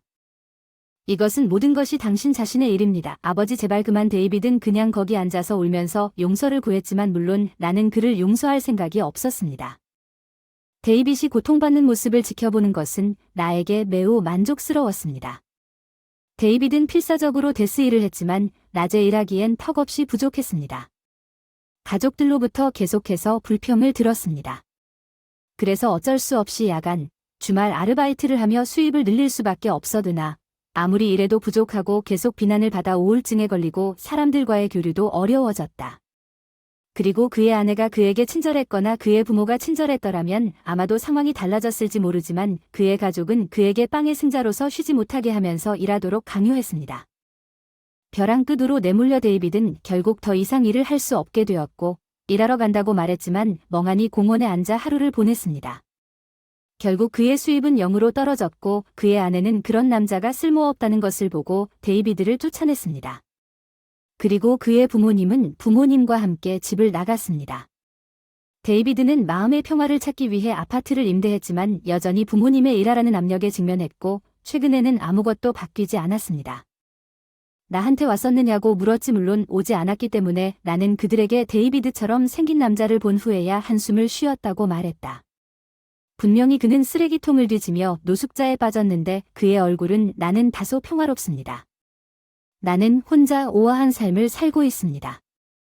여전히 전국을 여행하고 있습니다. 걱정이나 불안 없이 모든 순간을 즐기며 하루를 보내고 있습니다. 제 이름은 에이미 알리겐입니다. 저는 32세입니다. 남편은 해리 앨런입니다. 38 이벤트 회사를 운영하는 3살 결혼한 지 6년차 사람들은 내가 힘든 일 없이 산다고 생각하지만 많은 제약을 느끼고 밝고 긍정적으로 보이는 남편의 이면은 아무도 모른다. 해리는 모임을 좋아한다. 이날은 많은 사람들이 해리의 아버지 존의 생일 파티라고 해서 온 가족이 모였고 우리가 멋진 프랑스 레스토랑에 줄을 서서 우리 테이블을 기다리고 있는 동안 남편은 자랑스럽게 이런 곳에 자주 온다고 하더군요. 항상 아내와 함께 미쉐린 스타가 주연을 맡은 곳이죠. 잘난 척하는 표정이군요. 수잔 여주인이 온 가족 앞에서 모든 것을 폭로했는데 내가 아무것도 모르는 줄 알았나요? 해리가 당황한 표정으로 머리를 극적였습니다. 수잔이 갑자기 소리를 질렀습니다. 거기에 수잔의 암시적인 게시물이 있다는 걸 알았을 때 불쾌함을 숨기려고도 하지도 않았나요? 팔에 시계를 찬 사진이었어. 해리 보수천장. 해리의 차 조수석에서 찍은 사진도 있었어. 그건 너무 뻔한 일이었어. 게다가 난 내가 그때 대학 친구들과 함께 우리 집에서 수잔을 어떻게 만났는지 즉시 알았어. 이혼한 지 얼마 안 됐는데 응원하려고 모였더니 해리 뻔뻔하게 전화번호 달라고 했어. 여자한테 저렇게 접근하는 거 진짜 소름 돋아. 아니 남자가 예쁜 여자한테 다가가서 예쁘다고 하는 건 매너일 뿐이지 저 같지는 않네요. 수전의 가슴 아픈 유혹을 활용하는 수전은 바로 당신의 유형입니다. 지루하고 부정적인 것 같아 속았어. 그건 결혼 사기와 같다. 해리가 종종 말했지. 나는 이를 통해 해리를 만났다. 나는 행사와 결혼식을 주최하고 있었다. 해리는 남성과 여성의 상호작용을 주제로 많은 행사를 조직하는 이벤트 회사의 사장이었다. 나는 호스트로 불렸다. 그리고 그게 우리가 만난 방법이에요. 에이미는 당신이 평범한 남자라는 걸 알았고 여전히 당신과 결혼했어요. 당신은 내가 남자를 고를 수 없다고 말하지만 당신은 괜찮다고 말했지만 당신은 해리가 세심하고 그 사람에 대해 당신을 무시할 수 없는 뭔가가 있다고 말했어요. 매일매일이 청혼처럼 느껴졌고 너 에이미는 해리의 계략에 완전히 속았구나. 사실 나는 해리가 바람둥이인 걸 알면서 결혼했지만 그가 수잔을 첩으로 삼을 거라고는 전혀 예상하지 못했어. 내가 속인 사람이었어. 해리는 밥 안 먹는 타입이었어. 물고기 한 번 잡으면 결혼하자마자 나는 평범한 삶을 강요당했다. 모두가 해리의 공개적인 얼굴이 가짜라고 생각하는 호화로운 생활 방식이 아니었다. 해리와 결혼한 이후로 나는 여러 면에서 제약을 받았고 심지어 호스팅 일도 그만둬야 했다. 사랑하는 해리의 아버지는 사업가였고 해리는 부유한 삶을 살았습니다. 해리 자신도 아버지의 지원을 받아 성공적인 이벤트 회사를 운영했기 때문에 해리는 자신이 하고 싶은 대로 여자들과 취미생활에 아낌없이 돈을 썼지만 아내가 눈에 띄지 않게 고결하고 지지해주기를 기대했습니다. 프롬 더 섀도즈. 나는 돈에 대한 권한이 없고 딱 맞는 현금으로 생계를 유지하는 것이 아내로서의 내 일이다. 호화로운 생활을 꿈꾸던 내 꿈은 어디로 갔는지 매일 싼 슈퍼마켓을 찾아 절약하는 삶을 살며 절약하는 모습 필요하다고 생각할 때 돈을 아끼지 마십시오. 나는 직원의 친구와 어린 아이들에게 아낌없이 지출하는 것을 좋아합니다. 왜냐하면 나는 그들이 스스로 즐길 수 있기를 원하고 부자가 되는 것 자체가 매력이라는데 의심의 여지가 없습니다. 당신의 돈은 정말로 당신의 아버지의 것입니다. 맞아요. 여자들은 여자를 어떻게 매료시킬지 생각만 해요. 물론 여자들을 매료시켜야 하는 세상이잖아요. 그게 뭐가 문제인가요? 싱글로 계속 놀았지 한 여자에게 만족할 수 없다면 왜 나랑 결혼해 영원히 싱글로 지내야 했어? 당신이 원했던 건 당신을 보살펴줄 누군가뿐이었죠. 그렇죠. 당신은 외도와 여주인에게는 화려한 미녀를 선택하지만 조용한 아내를 원합니다. 그리고 뒤에서 그녀의 남편을 지지한다면 나를 아내로 선택한 것은 큰 실수였다는 걸 스스로도 알잖아. 나는 당신과 결혼한 것을 거의 즉시 후회했다. 나는 당신의 외모를 보고 당신을 선택했지만 곧 당신이 집사람이 아니라는 것을 깨달았지만 그냥 이혼할 수는 없었다. 바로 가족 때문에요. 우리가 계속 좋은 커플인 척만 하면 아무도 당신이 여주인에게는 돈을 쓸 의향이 있지만 아내에게는 돈을 쓰지 않을 거라 의심하지 않을 거예요. 동네 식당에 만족해도 괜찮지만 당신은 ESC 미슐랭 스타 레스토랑에 당신의 정부를 구하십시오. 명확한 구별이 거의 상쾌합니다. 기꺼이 그와 결혼했기 때문에 지금은 불평할 수 없지만 이 결혼은 내가 상상했던 것과는 거리가 멀다는 것을 알게 된 순간 해리의 노예로서 결혼 생활을 계속하기를 거부했습니다. 수잔이 그의 정부인 것에 대해 나는 해리와의 미래를 볼 수 없었다. 나는 나중에 우리 집에서 수잔을 격려하기 위해 파티를 열었을 때, 그녀가 화장실에 갔을 때, 해리가 그녀의 전화번호를 물었을 때 그가 숨어 있었다는 것을 믿을 수 없다. 그녀는 바로 화장실 밖에 있고 심지어 내가 옆방에 있는 곳을 만남의 장소로 바꾸는 것은 해리의 천재성과 수잔이 방금 이혼한 전화번호를 주저하지 않고 알려주었고 아마도 그녀가 그녀에게 준 나의 행복을 보고 싶지 않았을 것입니다. 아무 남자라서가 아니라 해리가 부자였고 여자를 사랑하는 남편 해리와 남자를 사랑하는 수잔이 사실 잘 어울릴지도 모르니까 질투하지 마세요. 특히 수잔이 자기를 칭찬하지 않는 게 질투하는 게 부도덕해요. 아내의 친구를 쫓는 비밀 연애는 흥미진진하다. 아내에게 친구에게 배신감을 주는 건 거부할 수 없는 일이야. 이후 수잔과의 관계를 설명하는 완벽한 사건이 있어. 우리는 같은 대학에 있었고 서로 알고 있던 분야를 전공했지만 별로 친하지도 않은 어느 날 우리는 미래의 꿈에 대해 이야기를 나눴는데 알고 보니 우리는 아나운서가 되겠다는 꿈과 똑같았습니다.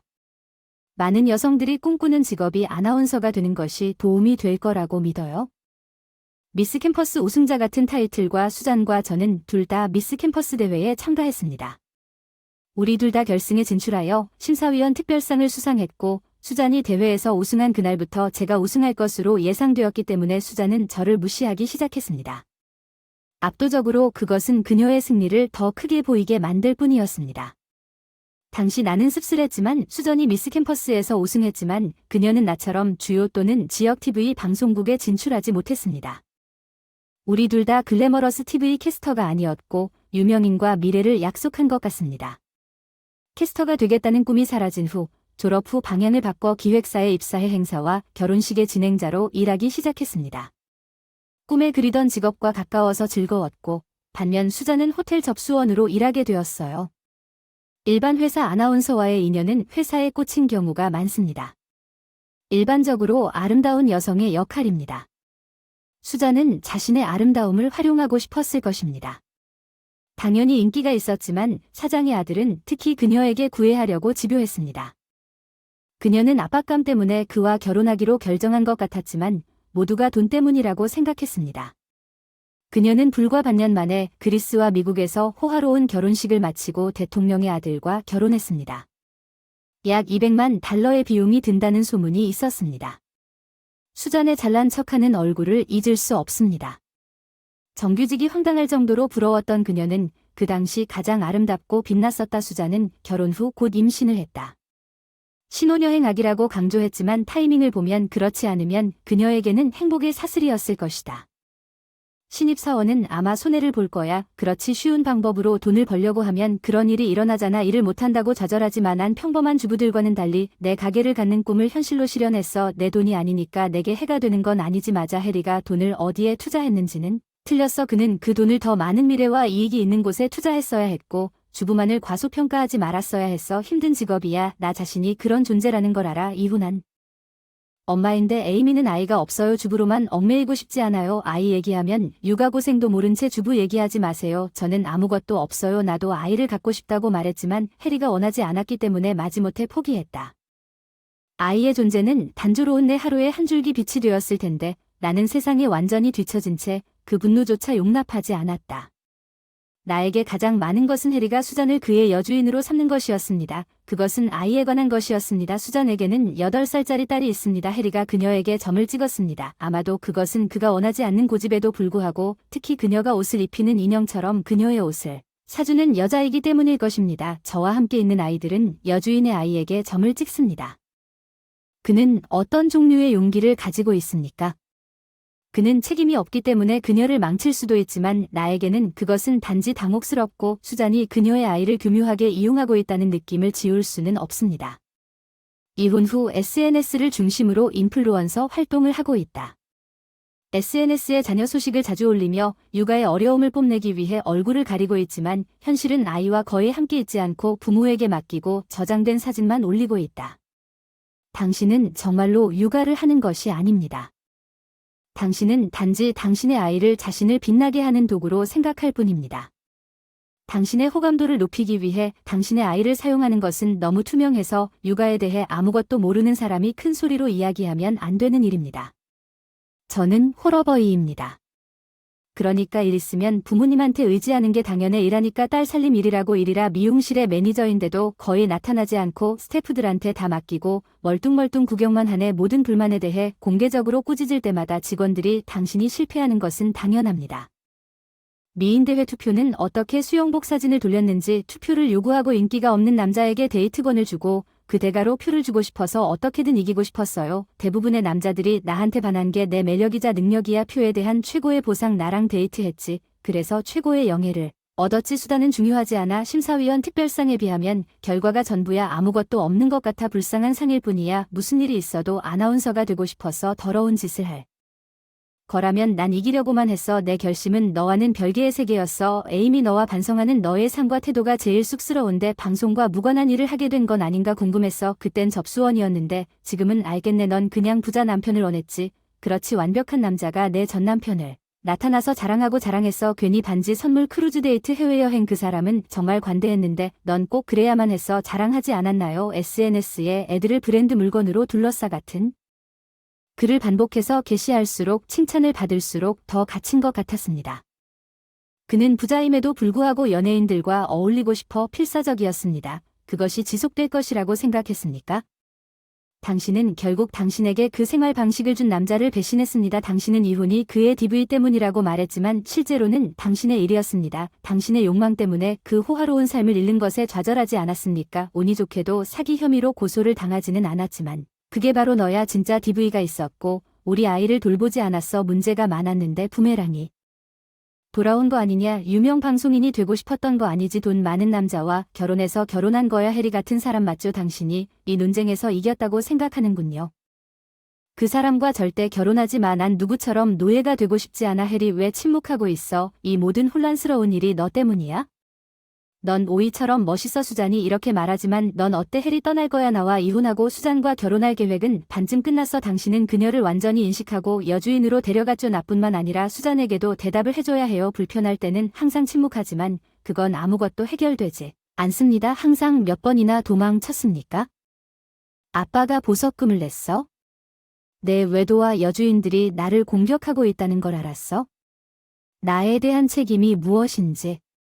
내 전성기를 당신과 결혼함으로써 빼앗겼습니다. 우리가 이혼하면 불만과 인내심이 한계에 다다랐습니다. 장난칠 여자는 충분합니다. 그냥 진짜 가정부 고용하면 돼. 필요 없어. 내가 어떻게 살아왔는지 이해가 되냐? 식사부터 편안한 환경까지 다 챙겨서 내가 일할 수 있게 해줬어. 너의 성공은 노력만으로 되는 게 아니야. 당신의 섀도우 지원자였습니까? 제가 이기적이었던 적이 있습니까? 당신에게 무례한 벌금으로 거절한 적이 있습니까? 이혼하자 하지만 나는 현재 상황에 만족한다면 재산과 위자료의 몫을 확실히 얻을 것입니다. 나에게 손실은 없습니다. 죽으라고 하기엔 너무 화려하지만 나를 가릴 수는 없다. 나는 여기 주연이고 너는 에이미는 전형적인 미인 대회 참가자의 조연일 뿐이야. 너도 수잔도 인정받고 싶은 마음으로 가득 차 있지 뭐야. 내 생각은 어때? 넌 돈이 있기 때문에 여자를 유혹한다고 말해주지. 해리, 내가 부자가 아니었다면 난 내 정부가 되지 않았을 거야. 내 가치를 잃지 마. 넌 이미 38이야. 해리, 내 가치는 점점 줄어들 뿐이야. 당신이 돈으로 사는 여자들은 그 대가로 당신에게 단지 육체적인 관계를 주는 것이지 그렇지 않습니까? 단지 설탕 데이트가 돈을 쓴 후에 좋은 타이밍에 끝났지만 30살 이상의 젊은 여성이 더 낫다고 당신이 대담하게 말하는 것은 아닙니다. 캐치는 그녀가 아이를 가졌다고 말할 수 없었지만 그녀의 모습은 완벽했지만 조심하지 않으면 나이 많은 여자처럼 보입니다. 그녀와 헤어질 생각을 했지만 에이미, 당신이 모든 것을 해냈어요. 수잔에게 전화해서 복잡해요. 수잔이 훌륭한 여자였다는 건 인정하지만 나는 그녀에게 많은 돈을 주었지만 그녀의 아이는 엄마 역할을 하지 못하고 있습니다. 나는 아이에게 점을 찍는 척했지만 아이들은 좋아하지 않습니다. 단지 그녀를 행복하게 해주기 위해 그녀에게 옷과 장난감을 사주었고 항상 당신의 아이를 위해 요리했습니다. 수전 외식이나 배달러 없이는 어떻게 살 수 있니? 미용실 운영은 이제 불가능해. 이제 너 없이는 할 수 있어. 해리, 수잔이 허세를 부리고 있었는데 벌써 32살이라니. 심지어 해리도 무례하다. 그는 맞아. 그녀의 시장 가치가 줄어들고 있다는 것은 아이를 갖는 것이 부정적일 수도 있고 긍정적일 수도 있다. 하지만 수잔은 아이보다는 자기 자신에게 관심을 원하기 때문에 결국 자신에게 관심을 주는 남자들에게 의존하게 됩니다. 오늘 토론까지 해리와 수잔은 사랑스러운 이메일을 주고받았는데 이제 갑자기 서로에게 모욕을 던지는 거죠. 또 사랑이 이렇게 쉽게 무너지는 건 충격적이야. 그동안 침묵하던 해리 아버지가 드디어 말을 꺼냈어. 해리, 내가 조용했는데 이게 다 내 잘못이야. 내가 내 자신을 제대로 보지 못하는 거야. 내 행동이 내 말과 일치하지 않는구나. 늘 말만 하고 아무 행동도 하지 않아서 정말 실망스럽고 미안해요. 당신이 항상 피상적인 건 알지만 여자를 친절하게 대하지 못하는 당신의 무능함은 이해가 안 돼요. 남자들은 불륜을 저지르기 쉽다고들 하지만 모든 남자가 그렇지는 않거든요. 시아버지, 시어머니가 그와 잘 지내는 걸 보니 늘 고마움을 표하고 나이 많은 남자들이 아내를 욕한다고 칭찬을 많이 하는데 시아버지는 매일 지켜보면서 칭찬을 하신다는 것. 나는 항상 그들이 얼마나 멋진 커플인지 생각했습니다. 나는 항상 그렇게 훌륭한 부모 밑에서 자란 해리가 어떻게 여자에게 그렇게 무책임할 수 있는지 궁금했습니다. 내가 조용한 일을 하지 않으면 어떤 여자도 나에게 몰려들지 않았습니다. 나는 그런 아들을 먼저 키우지 않았습니다. 에이미에게 사과해. 내가 들은 건 핑계뿐이고 넌 계속 에이미와 수잔을 38세의 너의 어휘와 표현이라고 생각하도록 기만해. 현기증이 나 너무 관대했어. 해리에게 처벌이 필요하면 어떻게 할 건데? 에이미와 이혼하지 말라고 했어. 아빠는 안 할 거야. 내 통찰력은 언제나 오라. 넌 내 결혼을 에이미에게 축복했고 내 조언 덕분에 내 사업이 성공했다고 말했어. 수잔에게 제대로 돈을 갚고 헤어지겠다. 그래서 아빠는 해리가 두려워하는 것조차 두려워하고 아버지에게 불순종할 수 없습니다. 시아버지는 평소에는 온화하지만 화가 나면 무서운 일을 하십니다.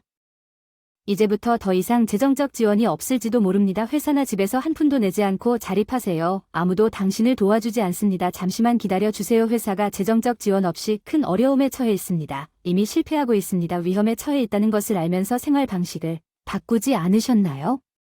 돈 없어도 생활 수준 낮추지 말고 우리 집에 채권 추심꾼들 빌리러 와도 무슨 계획을 세웠는데 외모 관리하고 또 신고 안 한 거 있음 제대로 신고 안 함. 직원들 집단. 퇴사 맞음 3개월 월급 미지급 소송을 제기했어요. 어떻게 해야 하나요? 아버지 도와주세요. 저도 같은 생각이고 수잔도 그럴 것 같아요. 해리, 당신은 당황스럽네요. 해리가 갑자기 내 눈앞에서 쇠약해진 것 같았어요. 결혼하기 위해 그 사람에게서 내가 본 게 뭔지 궁금했어요. 자세히 살펴보니 이제 거의 40대가 된 해리는 피부의 탄력을 잃어가고 있습니다. 젊었을 때 머리카락도 눈에 띄게 가늘어지고 있습니다. 그는 라이브리 이벤트 EV 서클의 왕으로 존경받았습니다. 그는 처음에 이벤트 회사를 시작하는 데에도 동일한 아우라를 가져왔습니다. 인상적인 성공을 거둔 그는 자신의 왕국을 착각했을 것입니다. 상당히 잘생겼고 의사소통 능력이 뛰어나며 돈도 있었고 인기가 있을 수밖에 없었습니다. 여성들은 항상 그에게 끌렸고 그는 그것을 당연하게 여겼습니다. 이제 그의 회사는 무너졌고 그는 무일 뿐입니다. 젊음의 모습으로 돌아오지 못하는 해리의 지옥 같은 형벌은 시아버지 생신 축하를 위해 모인 미쉐린 별 프랑스 레스토랑에 아무도 관심 없는 사람이 되는 것이다. 그곳에서 소란스러운 광경이 펼쳐진 지 한 달 만에 해리의 회사는 대실패했고 우리도 마찬가지였다. 결혼 수전은 또한 해리와의 관계를 종료했습니다. 그는 이전 직원으로부터 미지급 임금으로 고소를 당했습니다. 게다가 내 위자료와 수전이 관리한 미용실에 대한 미지급 비용도 있습니다. 그는 엄청난 돈이 필요했습니다. 사랑하는 이벤트 진행자 생활 컴백 준비를 위해 보컬 연습과 텅 트위스터를 계속 연습한 덕분에 예약이 많이 들어오기 시작했는데 이제야 나 자신의 충실한 삶을 살 수 있을 것 같다.